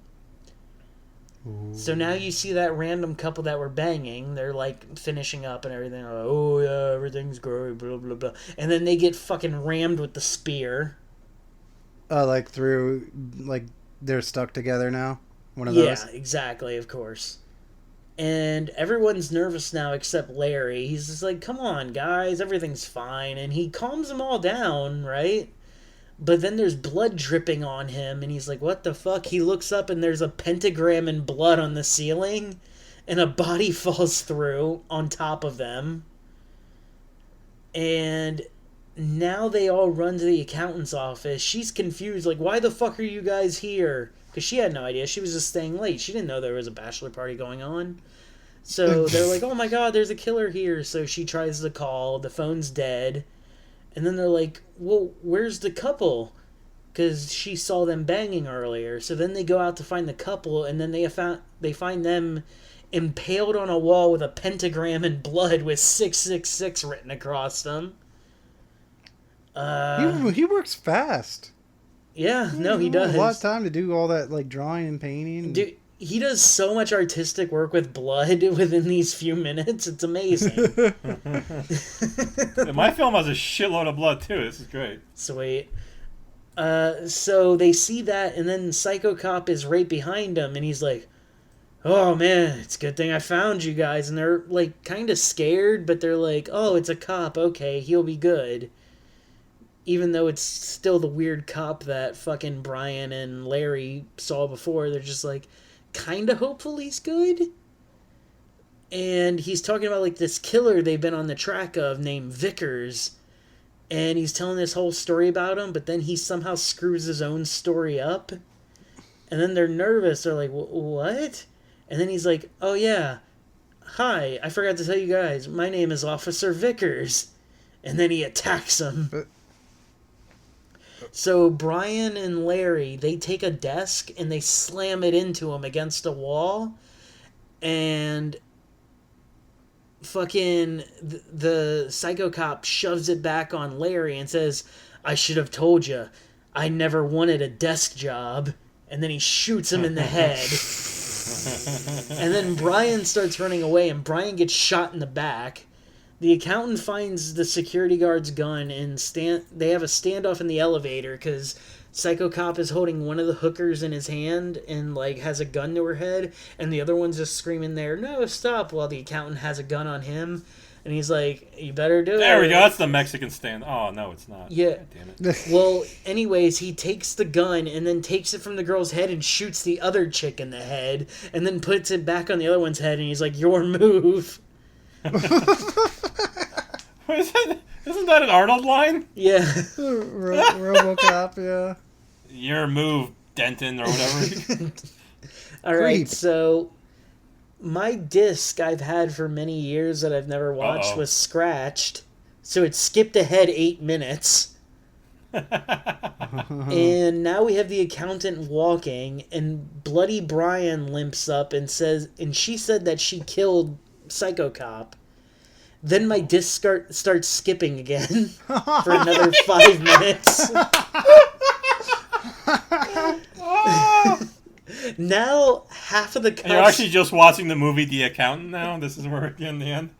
Half of the cop's face is missing for some reason. And he's chasing her through alleys, and he catches her, and he just starts bitch slapping her across the face like fucking so much 17 times. You know what? For possibly good reasons. We don't know. We missed 13 minutes of the film. Yeah, we have no idea. And you'll find out. Like, so he's just bitch slapping her left and right, just back and forth. But they're in front of a sports bar, and there's like some like the bartender is looking out the window, and he's just seeing this girl get slapped in the face, and he's just like, well, that's not right. I don't care what that woman did. She should not be getting slapped like that. So this entirely full bar starts grabbing all the memorabilia off the fucking walls, like the baseball bats and fucking hockey sticks and shit. And they go outside and just start beating the fucking cop with all of it. And there's some dude on a roof and he runs and he's like, oh man, this is crazy. He runs and gets his he gets his camcorder and starts filming the whole thing. And then you see found footage film. Oh, that'd be hilarious. Found footage festival. So he finds it, and then well, he doesn't find it. He starts filming it, and then it ends up on the news, right? And everybody's like, yeah, these guys rule. And it pulls back, and they're in the hospital, and Brian is in the hospital recovering with the accountant chick. And they're just sitting there giggling and stuff. And then there's these two cops hanging out by a door, and then they start to hear weird noises. So the two cops and these two nurses head into room 666, and you hear a scuffle. And then Pyscho Cop comes out dressed as a doctor. The end. Dr. Pyscho Cop. Dr. Pyscho Cop. I like it.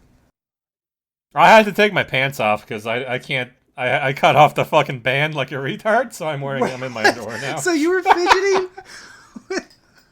Yeah, I told you what I cut off. Like, what? I wasn't lying. With a knife with your pants, and now you've just ripped them. Well, I needed a knife to take off the top of the beer because I couldn't find the beer opener. So then I just started fidgeting with the knife. Started shredding your pants off. By the way, I'm circumcised now. That's where we're getting. Yeah, if you keep going, get that knife away from you, dude. No, it's a butter knife. It's fine. You've become Knife Man? Yes. You ripped your pants off of your body with a butter knife? No, I took my pants off because when I stood up to pee, they fell. I just imagine he did he did a small cut and then he ripped them off like Hogan.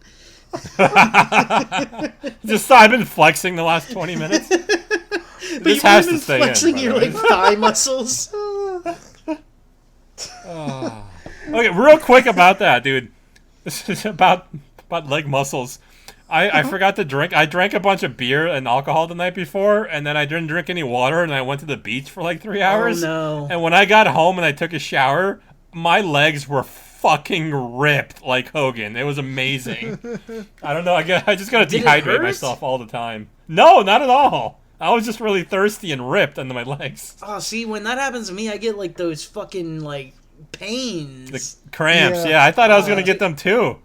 Because I did 3 shows in 1 week, 3 concerts, and I drank heavily at those concerts and shit. Dude, yeah. My legs were just fucking they look like Terminator legs. It was fucking dude, it's crazy. My body fat's insanely so high. I'm like, what am I looking at? This isn't healthy.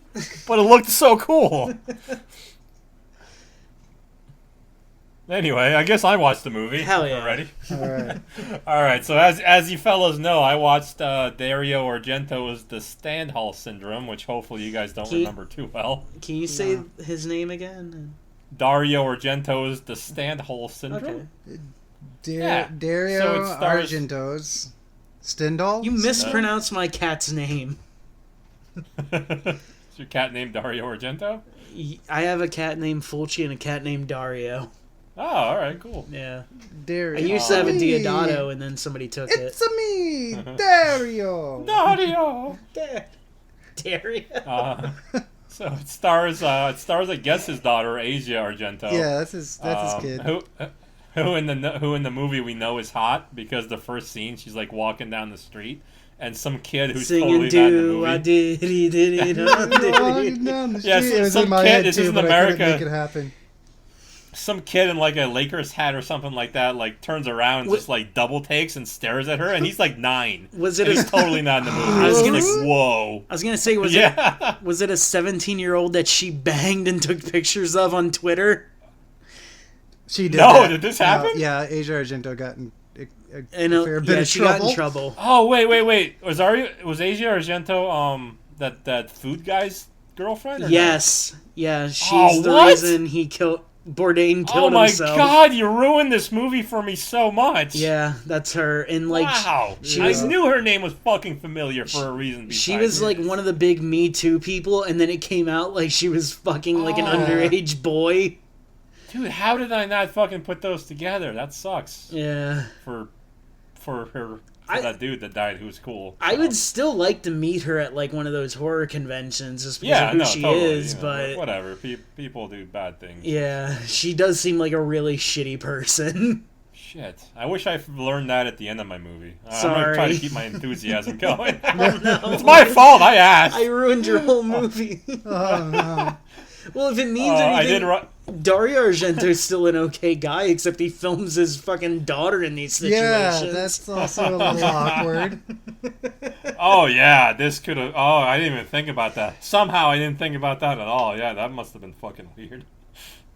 That's what this movie is most famous for, is like people like, how the fuck did he film his daughter doing these things? Like, yeah. Is it just an Italian thing? Is it just like, yeah, it's a movie. Yeah, in Europe it's different. Remember I told you my dad's my dad's nickname for my niece is Chipa, which is kind of like slang for pussy. So like it's totally Christ. a European thing. Whoa. Yeah. But it's like normal. It's not like weird. I know it sounds weird. No, that's to you very guys. weird, bro. I know it's very weird, but it's totally normal, like in context. I don't want to meet this God, guy. my dad's about to be YouTubed or Me Too'd or whatever. YouTube and Me Too. Hashtag YouTube. Can you imagine CNN going to my dad's farm in Poland and be like, so, tell us about your niece and the relationship between you two? They would somehow still lie about the story. Aw.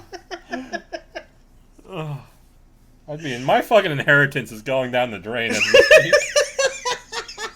CNN would just smear all of Poland.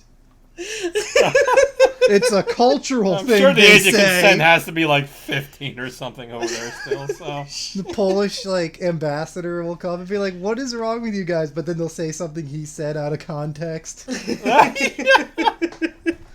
I think every episode has at least 20 things we could have said out of context that would get us in trouble with the Polish consulate or whatever. Oh, I don't understand. 16-ounce Why cinema Angus is getting banned in in trouble. Poland. Imagine Angus gets arrested in Poland and he can never go to Poland. What? Like Angus is? Oh, I thought you were saying he's gonna get like extradited to Poland. Like he's never even been to Poland. And, like, They're very Catholic over there. I imagine they like won't let you two travel there at all because of this podcast. They'll just give me like a little like warning because I have a what do I have? A passport? Yeah. You have a U.S. passport, bro. Oh, that's right. You're right. I can't. No. I think Poland you can have dual citizenship, but I don't know if I have citizenship in Poland. The hilarity of that, of them taking not that me. many of them, right? No, I can't because my dad freaked me out. He's like, "Don't talk to the Polish government because you're still a Polish." No, yeah. Yeah. Your dad. Sure. No, it's because he's like, in Poland, you have to go to military service, and you're still technically a citizen.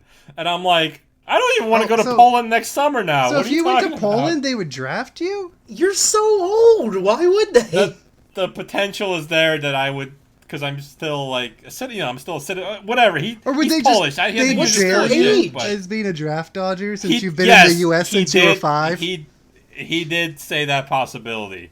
And I was just like, I don't know, man. But, I let it go. Oh my 'cause god, it's your Christmas. dad's such a dick. He doesn't want you to visit him in Poland.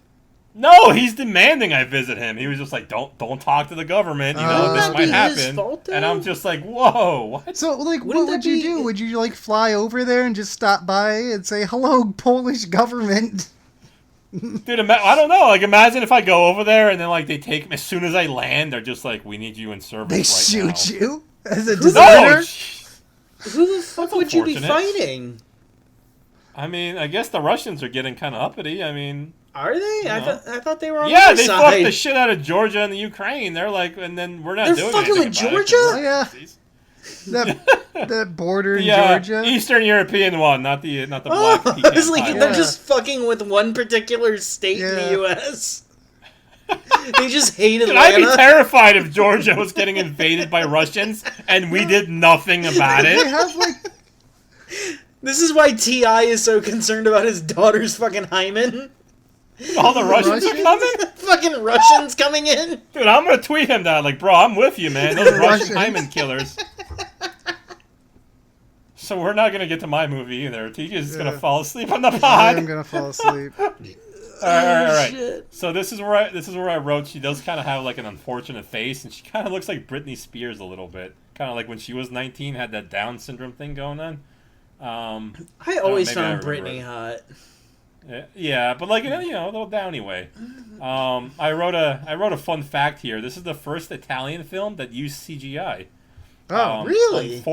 Yeah. Unfortunately, the director uses it to show a pill go down his esophagus, like in total CGI weird shit thing. He does it like 3 times. It's fucking weird. What? So two more fun facts before we move on. Bridget Fonda and Jennifer Jason Leigh were considered for the leads, but it didn't happen, unfortunately. And the would have been more appropriate, either one of them. Yeah, probably. I mean, literally anyone but the woman he picked would be way more appropriate. And also on Blu-ray, this was distributed by Troma Entertainment, where apparently they just copied the VHS and put it on disc, according to the DVD.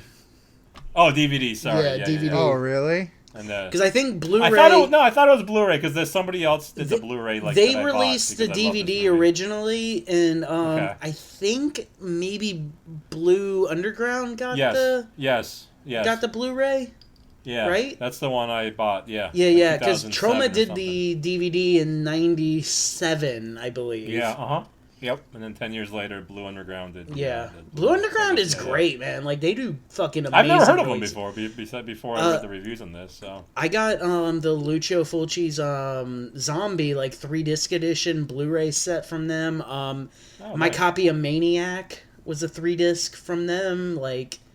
Which we actually reviewed for the show. Well, we didn't review it. We did a commentary for it back on episode 10.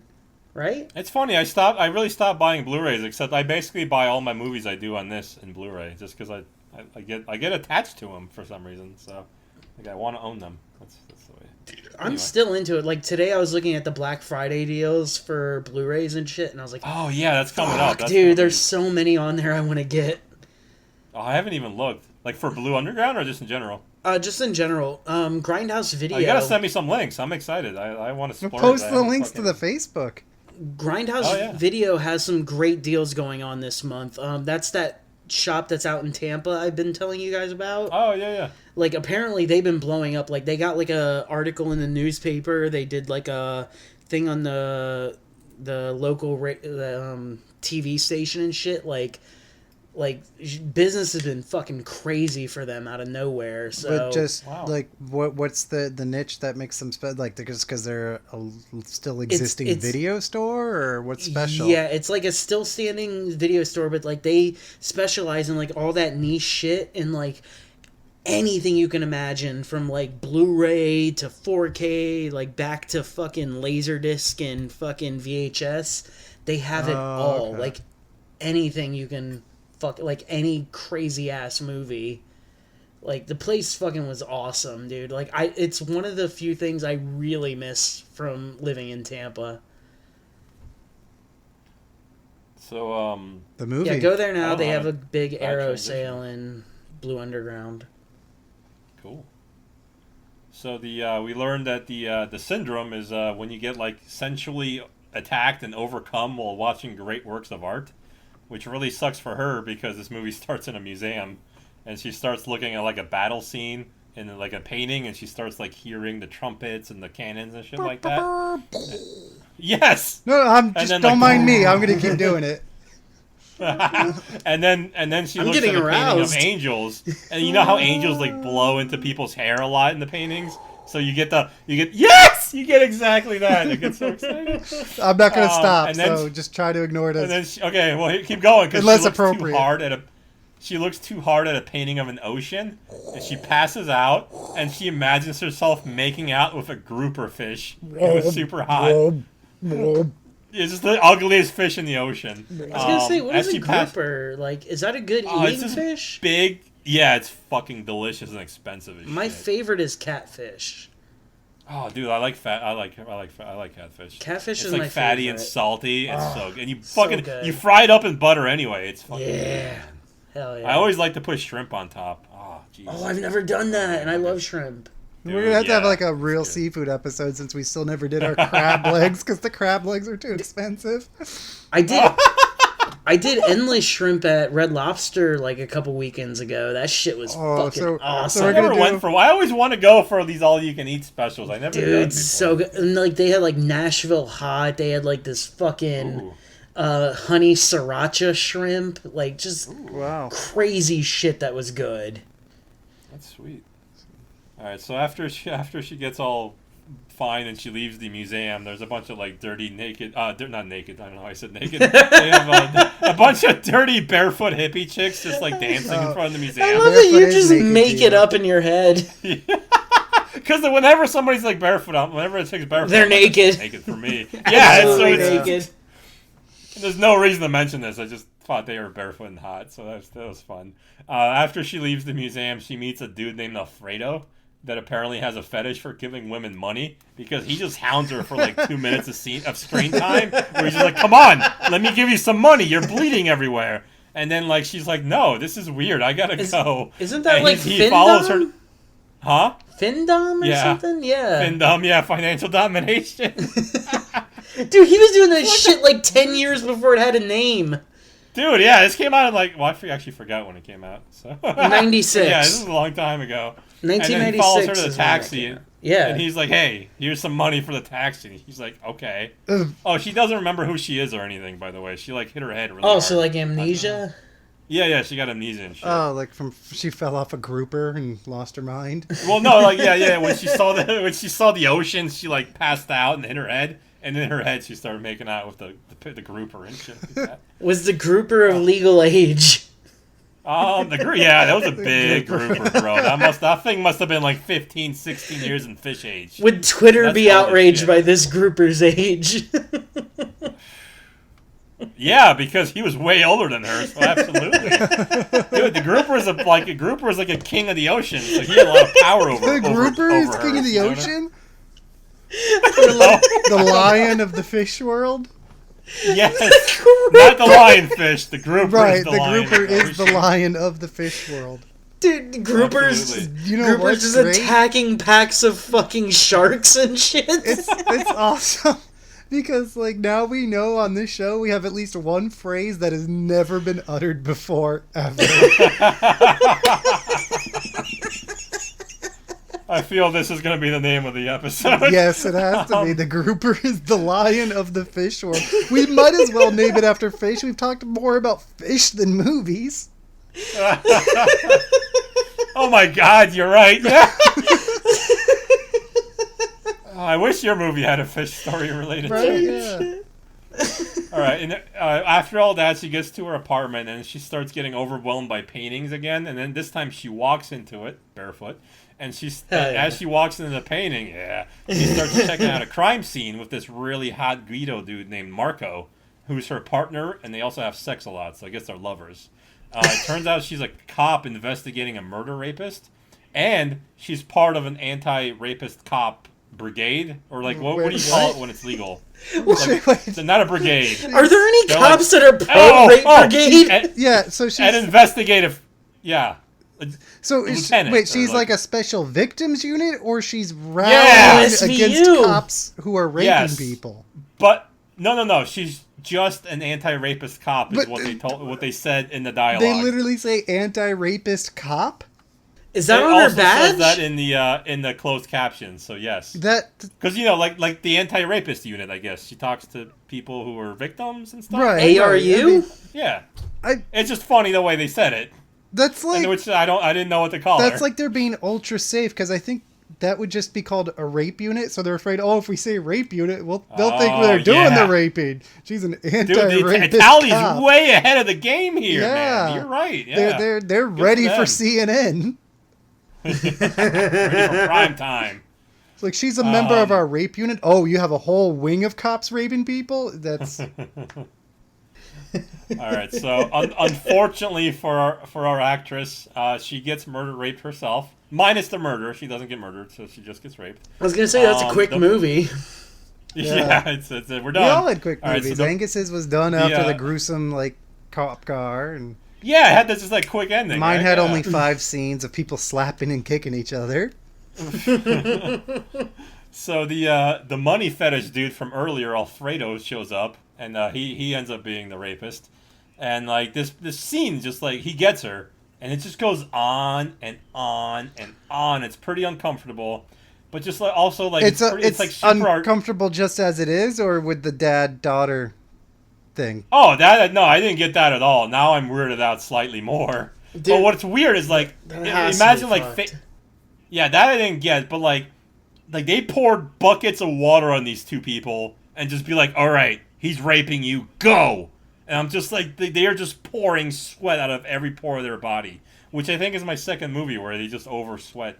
I think I think the first one was Nemesis. So the water was just like representing the sweat. Nemesis made sense because they were supposed to be in some super hot country. Oh yeah, everybody was here. They were in like. Over. I guess Italy is part of the Mediterranean, so I guess it kind of makes sense. I go on about the sweat much later in the movie. There's way more sweat scenes that involve boxing. Is Italy a sweaty place? Yeah. The total. It's I don't know about sweaty, but it's Mediterranean. Then why are Italians known to be hairy? Like if it's so hot and sweaty, why should they be hairy? Well, that's why they're sweaty is because they have too much hair. Oh, it could be, yeah. Dude, because like that's why they wear the back open shirts. Any Italians, I can't. Any of those early Dario Argento movies and shit, like there was like because I saw Deep Red not that long ago with Goblin, and like everybody was sweaty as shit in that. Oh, I saw that recently too. Yeah. All right, so basically, I'm saying like the whole scene's kind of like directed. So now that I know she's his daughter, it's even weird because the whole scene was super sensual until Alfredo takes a fucking razor out of his mouth and just starts fucking going to town with the razor. So that's weird. She starts bleeding everywhere. This is where I ask you, like, because we're keeping the part in, that movie, what movie was I talking about that me and you watched, TJ? There was the movie with Rosario Dawson. It was called Descent. Oh, yeah! Okay, yeah. What's it called? Descent. Sorry, I just got... Talked over it again. What? Descent. Oh, Descent. Yeah. No, not the cave people one. No. I know Descent. Like where she's on the cover with just her dumb head, looking scared. Yeah, upside down. She does have a dumb head. I'm sorry. We turned it off. I agree. Me and Mike turned it off. Yeah, we did. Yeah. We did. Yeah, because I don't remember how it ended at all. I just remember being like, why is he doing this? It was super you guys slow told me and it didn't make bad, any sense. So I never saw it. It was so slow too. Yeah. So that was that movie I got thought of in the middle of this. So after all that, can I interrupt? This scene that you're talking about with all the sweat, was it like in a red haze? No. Okay. The red haze comes a little bit later, but not a lot. In another sex scene, or? Yes. Okay, so I remember it, and it is like I was bizarrely sensual, right? like overly sensual. I don't remember details. I just remember like a flash of the image. That's the whole thing with this movie. The whole movie is pretty fucking sensual. Like, I would just describe it that way. It's just sensual. I don't understand why. It's just I don't know direction. It's just the way it is. Just Didn't like a dude. all three of us watch this at Mike's apartment, like back in like 2006, something like that? We really, yeah. But I don't remember anything from this. Well, the thing is that like I never even watched it again back then because the movie doesn't make a whole lot of sense. But let me not jump on Mike's thing. No, I'm just saying I don't remember. Like I remember we all watched this together like fucking 15 years ago, but I don't remember anything from this. Yeah, we were blackout drunk probably. Like maybe, but I'm just saying like it's just weird. It must have been like the third movie of the evening. One thing doesn't stand out to me. All right, so the very last part of this scene is super important because after all that happens, Alfredo, after the whole scene, is apparently incredibly aroused because after the stuff happens, Asia Argento wakes up to Alfredo raping another woman in front of her in a car and he shoots her in the face after he climaxes. Like immediately after the Asia scene. I'm just like, holy shit. This guy's stamina and everything, you know?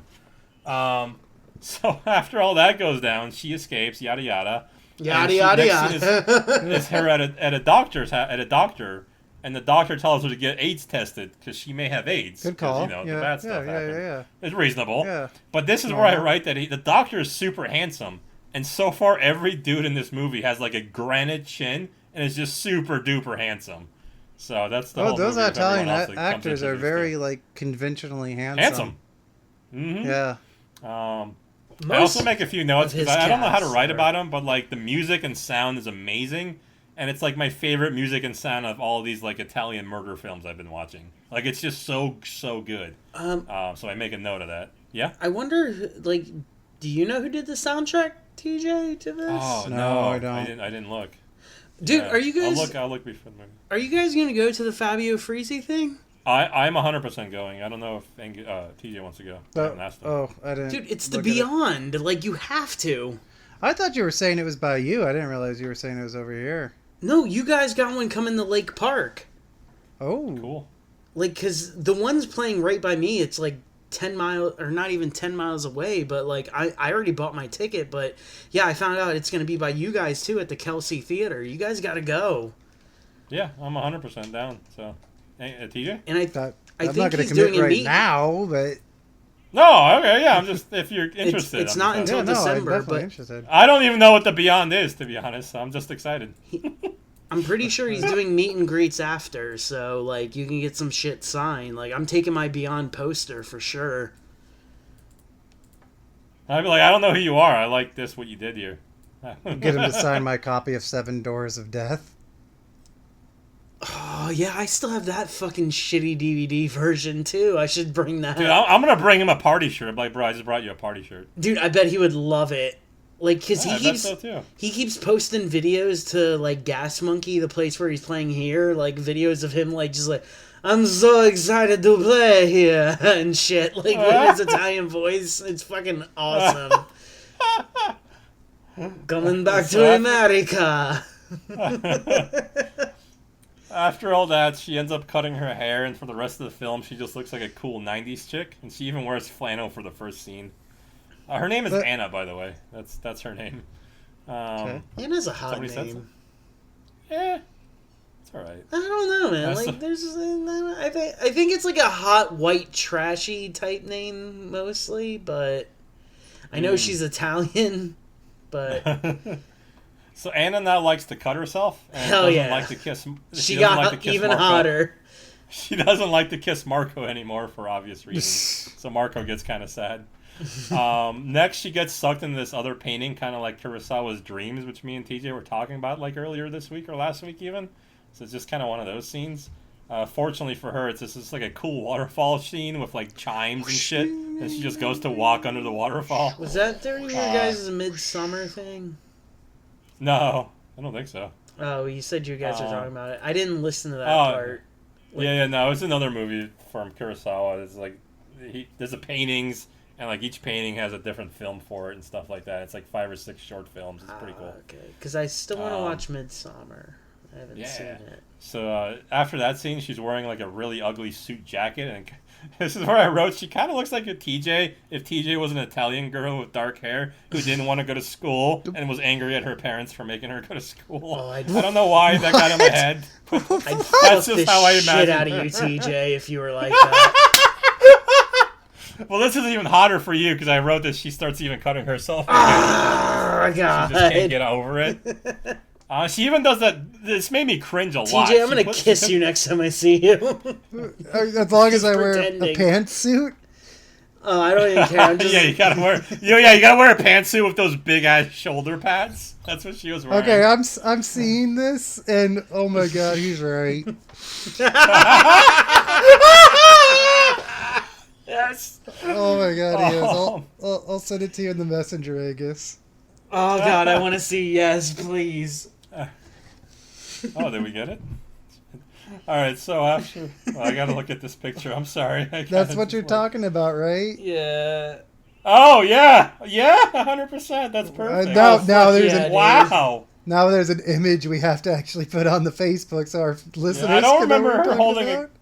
her holding that gun, but yeah. All right. So Oh, I My love the lips second were never picture that more. full. Yeah.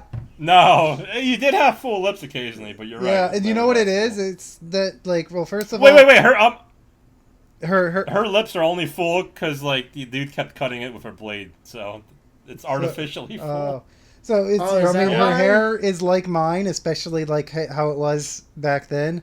But also Yeah. her eyes are very sunken and baggy, and like she hasn't been sleeping, which is how Yes. like I can sleep 12 hours and be fully awake and had like a full dose of caffeine, and I will still look like that. Yeah. It's your hairstyle, but the way I would dye mine. Yeah. That's what that is right there. With my sunken eyes and Mike's full lips. Ah, I have full lips?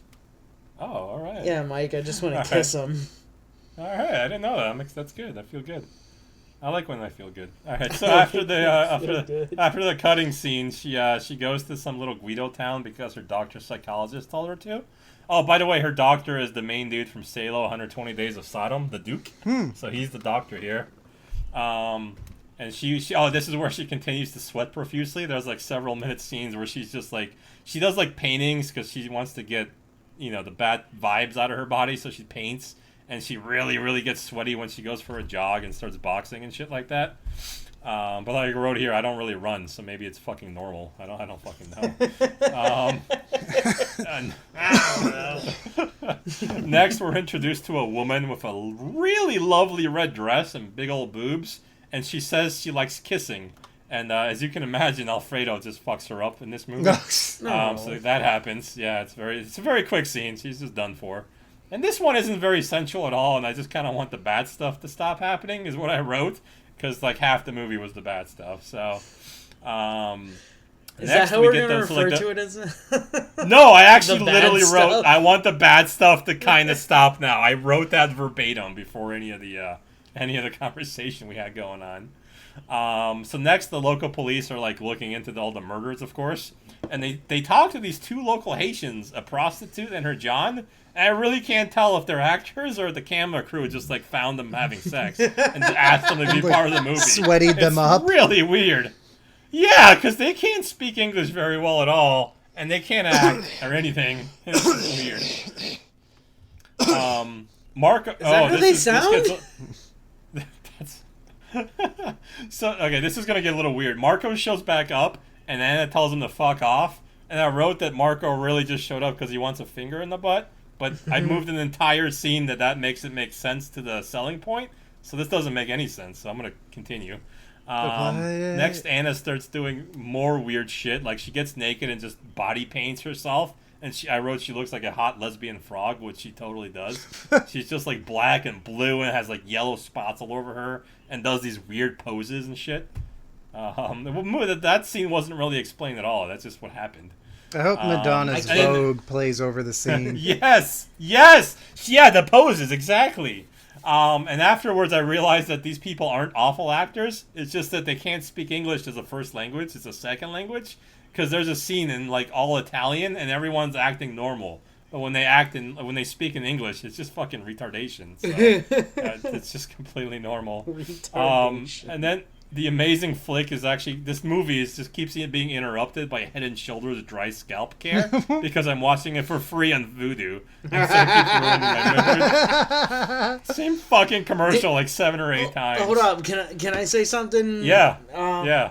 I have to take like Head and Shoulders because I have really bad dandruff. Mm-hmm. But like I'm You gotta shave, baby. You gotta shave. Nah, I like having hair, man. I'm a hair man.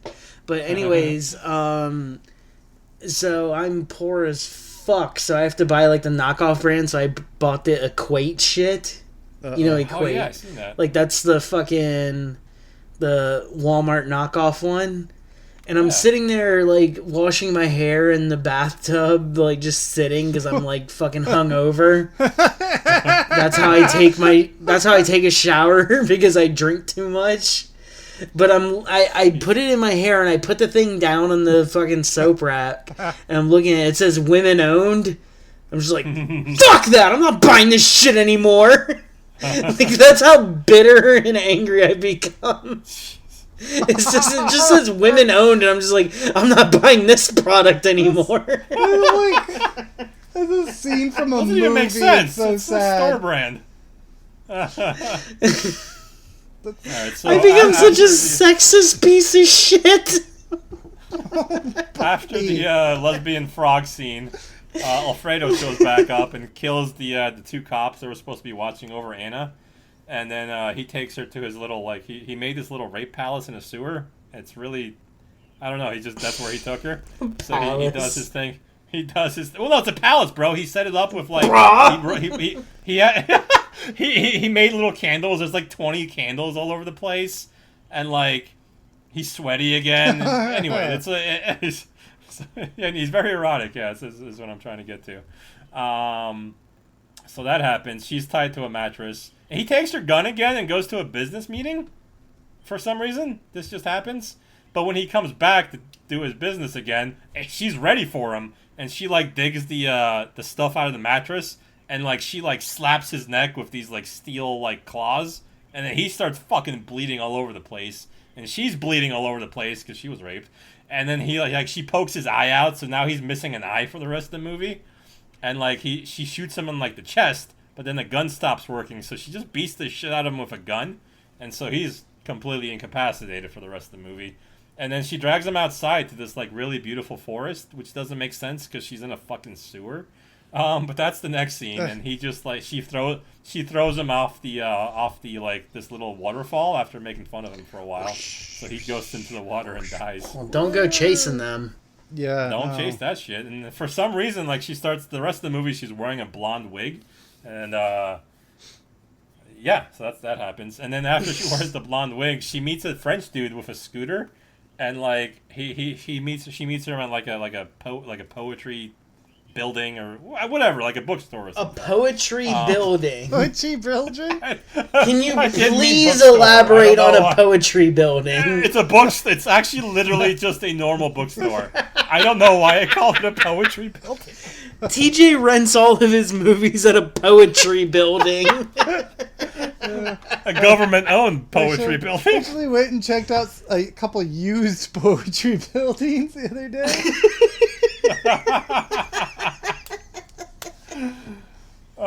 So after meeting this French fella on a scooter, which, by the way, I think Angus will get. It's like a Greg Giraldo joke, because he kind of shows up on his, like, moped afterwards. He's like, hey, hop on, we'll go hang out for a while. And she's like, okay. And so that happened. So a few days after that, he took her to a picnic at the park, and this motherfucker brings French wine, baguettes, and a fucking goose liver, like, all in this little picnic basket. Wait. So the killer is dead, and now we're just having a movie of Asia Argento and a Frenchman having fine dining picnics? That's what you think. Yes. So, like, yeah, that's what you think. But yes. Okay. Yeah. Here comes the fucking, the Italian twist, man. Come on. And what I actually wrote here is, like, you know what the fuck I brought for my last picnic? Boxed wine and condoms. Thank God there's not a bunch of French dudes in Florida just fucking our shit up. Because there's no way I'm competing with goose liver, man. Dude, will you do that next time? I mean, yeah. Fuck. And dude. Baguettes. Don't forget the baguettes. I'll have to bring, like, a little toaster oven, too, so to get them crunchy. Air fryer? Where do you plug it in? Dude, I'm just air frying chicken wings at a fucking in a park. Alright, so after a bit, the French guy gets Stendhal Syndrome himself, so I guess it's like an STD that just goes around. And then someone just shoots the fuck out of him in his little French artist shop. But really, it turns out to be Anna, because she's a crazy fucking bitch. Yeah. But, yeah, it's not exactly her fault, because apparently she lost her fucking mind. Because apparently her father's been filming her in these fucked up movies. Yeah. I think Daddy can share some blame on this one. What she says, what she ends up saying is that Alfredo is now inside of her, and so she's like, she has to get the killings out herself. So because Alfredo was a murder rapist, and so now she wants to be a murder rapist, and we'll get to that in the selling point, but not really. But anyway, so she ends up killing her psychiatrist after he comes to her house, and he's like, "Yo, you kill people, yo." And she's like, "I'm gonna kill you." Wait, hold on, whoa! What did this guy look like? He looks like an old professor. Michael and he said, Pena. "You're killing people." You're killing people, old fellow dude. with a beard. Yo, you gotta check yourself before you really wreck yourself killing these people. Yeah, so he tried to stop this shit out. But she's like, nope, you're gonna die, dude. And so anyway, she kills him, and she kills Marco, because Marco's been kind of a bitch. I think this movie would be 1,000 times better if this was the dialogue. Yo, dude! Nope, you're gonna die, dude. Dude, it's a fucking dude who just died from Friday playing him. And so after she kills Marco, like, the police come for her and they end up arresting her. You're and going that's to Dario jail, Argento's homie. second to last good film, The Stendhal. They gonna put your ass back in bars. That sounded like another Yak Pack. Oh my goodness. What's funny is we commented on that twice over how it sounds on the phone, but it's not going to sound like that on your track at all. We're just going to look like assholes. Yeah.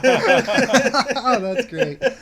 Well, it's time for our best bullet points. So my highlights for Violent Cop is just how different the movie is. There's not any movie like this that I've seen, well, other than other ones by Beat Takeshi. By the same guy. The same guy. That's his thing, though.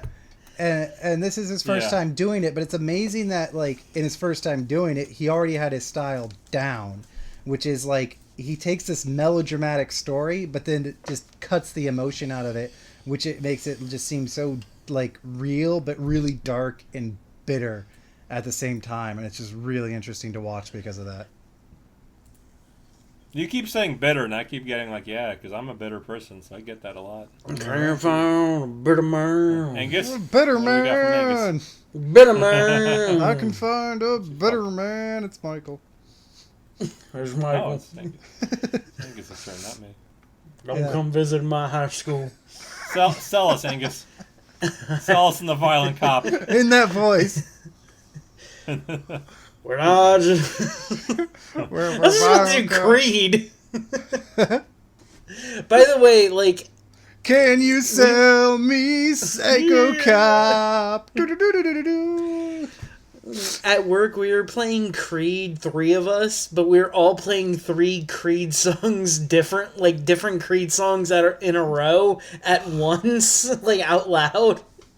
But for some reason, like, I couldn't stop thinking about this song and then changing the words, well, I just heard the news I'm gay. With cheeks wide open. Oh, no. And it made me laugh so hard. But anyways... Angus, were you there when we got really drunk and watched, like, Creed behind the music? No. Yeah. Well, why? It was at Mike's house. We watched, like, a series of behind the musics, and Creed was one of them. And it's basically, like, Scott Stapp is a drug-addicted asshole. Dude, he's a piece of shit from everything I've heard. I think it was because something went down, like, locally where he was supposed to, like, be making an appearance, but then there was some drama behind it. And we, like, looked up and were like, oh, I didn't know he was that much of an asshole. And I was already watching random behind the musics for some reason, so we ended up just watching Creed. We watched Oasis, too, that night. I know there was, like, a story of, like, him and Kid Rock, like, banging a chick on film. What? Yeah, there's like a video of them like high on crack, fucking a chick. Those are two guys. Kid Rock got angry that it was out there. It's amazing how like that story makes sense, but Kid Rock never stopped being Kid Rock, but Scott Creed or whatever just became a fucking. I was gonna say that like those are two guys you could literally make up stories about, and it'd just be like, oh yeah, that sounds true. Dude, I swear to Wait, God, his name not Scott Creed. Scott Creed? Stop calling him Scott Creed. Like Kid Rock and Scott Stapp, they went into a zoo and they broke into the giraffe enclosure and they climbed up on the giraffe and slit its throat. I'd be like, yep, they did that. I remember reading about that one. Those guys are messed up. But seriously, if you Google it, it's there. Like on MTV News, like Kid Rock had to like sue to get the video from being like produced or some shit of him and Scott Stapp banging. Well, like, what does Kid Rock have to lose? Like, yeah, like I think Kid Rock would be fine. Just, like, raise his capital, not decrease. Did it? Yeah, like didn't he build his whole image on "I'm white trash, don't give a fuck"? Absolutely. That's like the epitome of that. Like, yeah, that's the fucked up part. Oh, maybe he had like a small. Maybe he couldn't keep getting. Maybe there was something like personally embarrassing. Oh, now I'm Kid Rock sad. He was Kid Cock. No, I didn't expect this episode to make me feel sad for Kid Rock. We're all gonna write him a letter after this. Like, you should sorry, tweet him. bro. Sorry, yeah, tweet him. Sorry, bro. Just apologize. No context. Just sorry, bro. Just do it every day until he's like, bro, what the fuck? All right, check this out. Kid Rock. Oh. Is this to do with your movie? And then think of Scott Stapp. That sounds like a giant dick. He's got to be embarrassed. That's a good. Okay, yeah. All right. Right? All right. So my movie. Fuck. I forgot what I was talking about. Selling point. Riff Coogan is not the man's real name who made this movie. He had to use a fake name. And I don't know why, because he's not even like that big of a dude. Like Alan Smithy was busy. He couldn't use Alan Smithy. The guy who did it was... Fuck. Hold on. Adam Rifkin. That sounds super familiar. He directed, most famously, like, fucking... He did the Chillerama, which I gave Mike a signed poster for. He did the Wadzilla. Oh, yeah. I like that. But he also wrote movies like Knucklehead starring The Big Show. I remember and Small Soldiers. And we were like blackout drunk, and like 2/3 of the way through the movie, I turned to Angus and said, "I wonder when Big Show's gonna show up." Because all they had Big Show in a blonde wig, and I was so drunk it fooled me.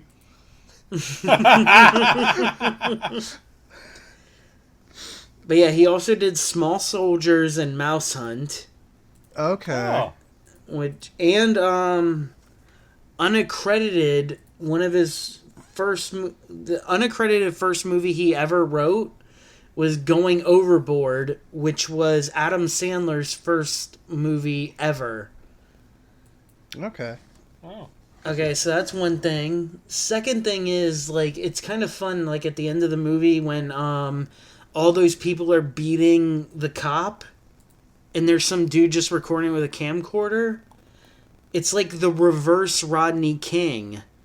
Because when this movie came out, it was like a play on that. Yeah. Oh, that was a long time ago. Yeah, you're right. Because the guy that just started beating the shit out of him first was a black dude.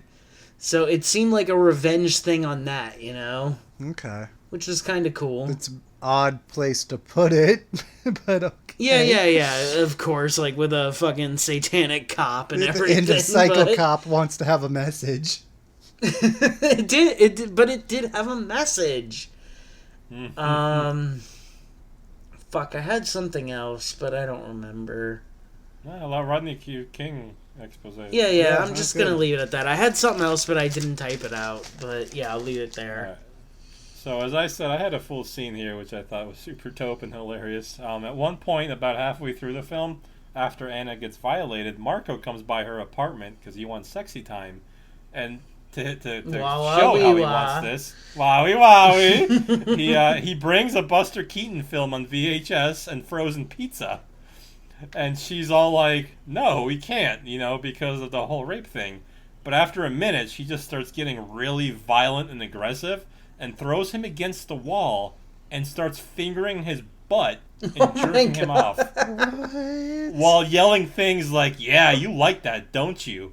And afterwards, she throws him on the ground and starts kicking him, and he starts crying and just runs away. That's an appropriate response. Afterwards... I never thought I'd get an erection from Mike talking.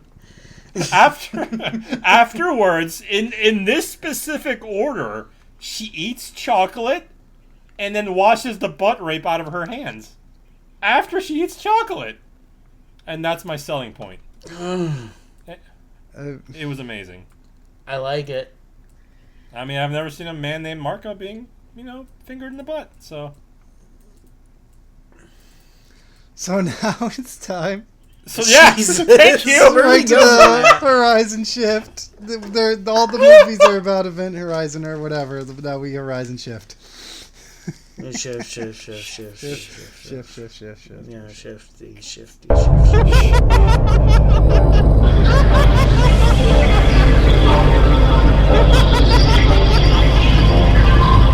All right, so for Violent Cop, I am determined to one day find a movie that was released on the same day.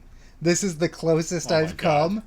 Event Horizon came out on August 15th. This came out on August 12th. This is the closest I've gotten to it. That's not... Wait, the same year? No. Not the same year. Oh, okay. Then it's not even crazy close. It's... I mean, if you believe in astronomy? Of all the movies that could have been on the show, I picked this because we've literally done 3 movies from '97 on the same episode. They were all closer. And none of them were from August. Out to Sea. Out to Sea was 1997 August. What are Augusts? Are they like literally? Cancer? No. Hold on. Fuck y'all. Yeah. My first movie I picked was August 1997. Ooh, that's close. From episode 1. Pretty good. Mine was on the ocean. It had nothing to do with that shit. Because I even made up a fact that they came out the same weekend. When it was one weekend off. Anyway, the next thing is that later in the movie, he gets a few minor face cuts, so he looks like the beginning of a Dr. Weir. And then there's the moment where, he's getting shot a bunch and he can't be killed, kind of like Dr. Weir.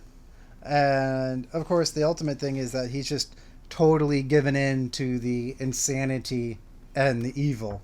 Like, he kind of starts out with a mission, but by the end, he is completely gone, and he is the bad guy. Ooh, we kind of have a similar thing going. All right. Okay. Angus? All right, so I don't know if I should do... Shift me! Shift me! I got excited. Shift me, baby, one more time. Let's do the shift. Like we did last summer. Shift and shout. First time you ever sang where I enjoyed it. All right. Should I do 2 also? Yeah. Like, Oh, yeah. Alright. I didn't want to do both, but... Alright, so... We have our cop, right? Mm-hmm. He's violent. He's psycho. He has a job, right?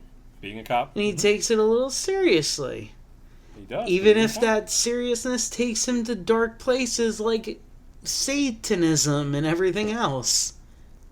Hell. Dark spot indeed. So he kind of goes that way. Alright, I'm just going to end that one there. Okay. And my second thing is, there's pieces of this movie, because my DVD skipped, that I will never see. Oh my god. Kind of like there's scenes in Event it. Horizon that I will never see. Boom. It's true. It's true. That's good. I'm out of breath from that one. Hopefully I'm not having a heart attack or something. Because Jimmy isn't here to take this to the hospital. Jimmy's going to take it from here? Save the work. All right, so Mike's husband, Jimmy, is going to take it from here. Husband Jimmy. All right, so are y'all going to talk about Horizon recipes Shift and cooking right now, or are you good? Do you need a minute? The Stendhal Syndrome is basically the journey of a woman that gets violated, and an evil man named Alfredo gets his evil inside of her, and she becomes the evil that she was chasing. Oh, I like that. Well, just like Dr. Weir certainly didn't build his transatlantic black hole interdimensional machine just to chill with demons, but once the evil got in him, There wasn't anything else you could do. Transatlantic? So, I'm gonna build a portal to hell Is that not to right? get me from Miami to London faster. Oh, is that what that means? I just put a few extra adjectives because I thought they sounded cool. Just bitchy women like serving you fucking Maybe I thought pretzels we were on on it. the Lewis and Clark episode still. Transatlantic, man. So anyway, two innocent, very good people, kind-hearted, get violated by evil and start doing evil things, and that's my horizon shift. Right. TJ, let's pick some film winners. It's film lyrics? Winners. Oh, winners. All right. So I'm in between because I have vague memories of Stendhal Syndrome. I remember it being a kind of pretty movie besides all the sweat. And Angus's seems like straightforward kind of B movie thing. But it kind of hinges at like Angus had a really good shift, and I don't think I could sit through Stendhal just with the whole dad-daughter thing. Like, that's gonna make me rewatch it twice. Okay. But the only way I would want to watch Angus's movie is if I could borrow his DVD and skip those 13 minutes like he did, so I could share the same experience. Dude, honestly, it wasn't a bad movie with those. I'm at the edge of my seat. I don't know where he's going. We're about to find out. Shit. I'm literally holding my breath. Come on. You can't breathe. Oh. Fuck, man. This one's difficult because, like... Wait, who'd you vote for? I voted for Angus. Yeah. Oh, gee, I missed that. All right, yeah. Cool. Because TJ's movie, I don't know what the fuck was going on. Because we took a 25-minute break there in between it. Oh, yeah.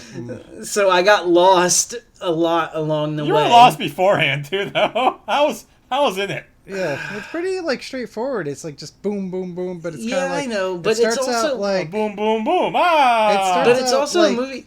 disconnected episodes just to show how, like, off the rails this guy is going, but then, like, about midway through, it becomes more sequential.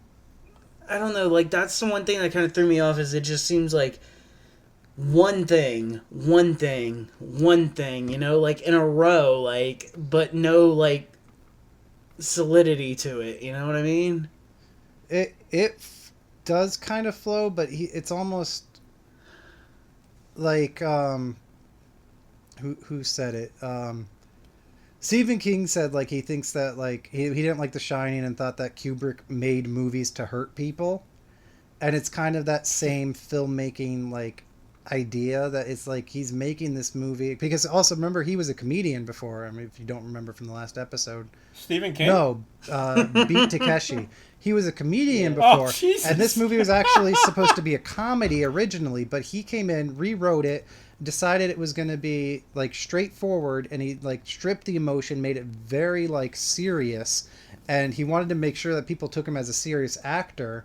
So it's like he made it uncomfortable, and actually he got like in fights with the crew because there's even shots where like he deliberately like didn't frame the shot correctly. So like he'll be walking down the street and the top of his head is cut off, and like he got in fights with his cameraman because they were like, "That's stupid, don't do that." So like that is stupid. So he did stuff like that. So it's clear that he's deliberately trying to like make a movie that's not so much a movie, just as like plainly showing you someone off the rails, showing you like violence isn't pretty, because he doesn't even try to like stylize the violence. The violence like flashes on the screen, then it's gone to the next like quiet scene. It's just like the violence is kind of like not even super uncomfortable because like he strips all emotion out of the movie. Anyway. That's enough explaining the movie. Mike, do you want to explain yours even more in detail? No, I went on too long. You know my movie. You know my fucking movie. My movie even had a Geraldo moment. Let's hit it. Let's hear the vote. Fuck, dude, this is difficult because, like, honestly, I've been wanting to rewatch that movie because I don't remember it at all. But I remember when we did see it, it was just like one of those like type movies like we felt after, you know, like.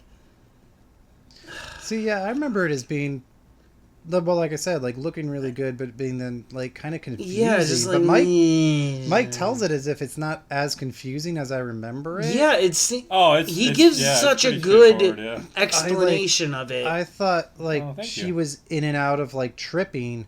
I seem to remember not knowing what was real and what wasn't when I saw it, but I guess that might have just been I was drunk and not paying enough attention because I was yelling. No, there was a lot of like haziness and stuff like that, but like as soon as the scene was over, you kind of like got into what the reality was. But from what I remember, there was a lot of unreality. But from what I remember, it was more like just like what the fuck. But like you did explain it in a way that like made it sound like there's actually a plot there, not like just some Italian movie like a Fulci that just moves from one weird scene to the next and you don't really know how you got there.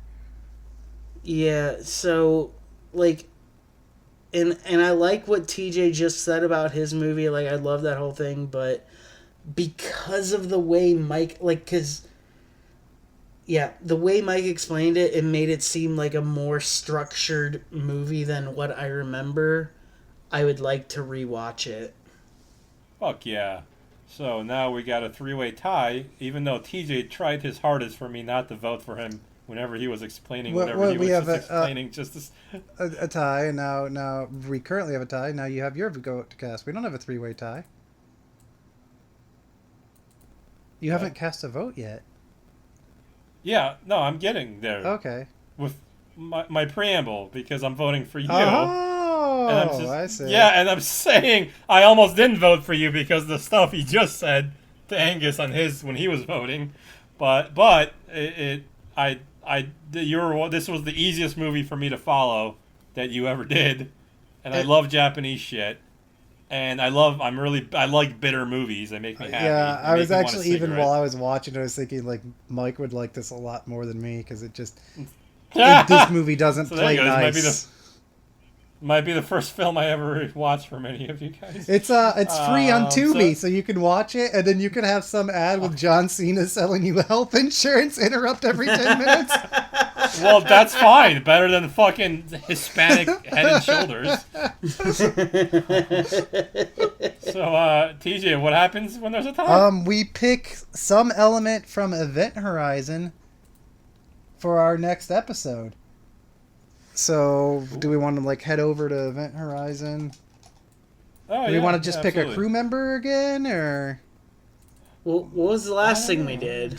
Well, we've obviously done Noah Huntley. No, Lewis and Clark was for the special, which you picked. We did 1997. Of course, we've already done Paul W.S. Anderson. Space horror, maybe, or or just space movie. How about what if we do another movie with the same budget, $60 million? That's gonna be really hard to fucking find. How about we do it within like a 10 million window, so you can go 55 to 65. But even that, like a lot of movies don't have their budgets listed. How about we do Box Office Mojo took that off? You can't just quick pull it up like Box Office Mojo fucked all their shit up, dude. That site is garbage now. I haven't looked at it in like months and months and months. Yeah, no. How about Vanessa Redgrave movies, the mother of Jolie Richardson? That's so weird. I want to say yes. Is there enough? She's still alive too, so we could tweet her. Oh yeah, she's like a famous actress for 50 years. Yeah, she's been around forever. If there's enough, we can IMDb her real quick. You can check a few things out. I know her from or Vanessa Redgrave adjacent, whatever that could mean to you. Camelot. Oh, she was in Mission Impossible too. That's right. You said Vanessa Redgrave? Yeah. Yeah. There's a ton of like holy shit, that bitch is old. Movies. Yeah. I actually already found my movie. If we go this way, 143. Yeah, we could totally do this. All right. Oh, sweet. Oh yeah, her filmography. 143 roles. There's no reason we shouldn't. Yeah. Okay, so wait, what? Jolie Richardson's mother is our next Event Horizon theme episode that will start season 3. Hell yeah. And from here, we Fucking take crazy. a little hiatus for Oh, this is it? This is our last time? the I thought we were holidays. going to do one shorty episode. Oh, we'll be back for the... Oh, yeah, that's right. We do have one more before the hiatus. We're going to be coming back and talking about Joker and our 3 favorite Best things of. each from Event Horizon. Oh, jeez, that's homework. And a best of, right? The best Oh, of yeah, will come best after of, that one, yeah. yeah. Okay, so All we right. still got 2 more for the year. Yep. And then I'll be demanding we start a new episode within like a few hours. So, like, you know, we'll hopefully get there pretty quick. Like us on Facebook. Find us. Review us. Thank you. See ya. All that shit. Twitter. Instagram. Peace. See ya. Blah. Yo, you gotta check yourself before you really wreck yourself killing these people. I go on about the sweat much later in the movie. There's way more sweat scenes. Here comes the fucking... You know the Italian twist, man. Come on. Because all they had was they had Big Show in a blonde wig, and I was so drunk it fooled me.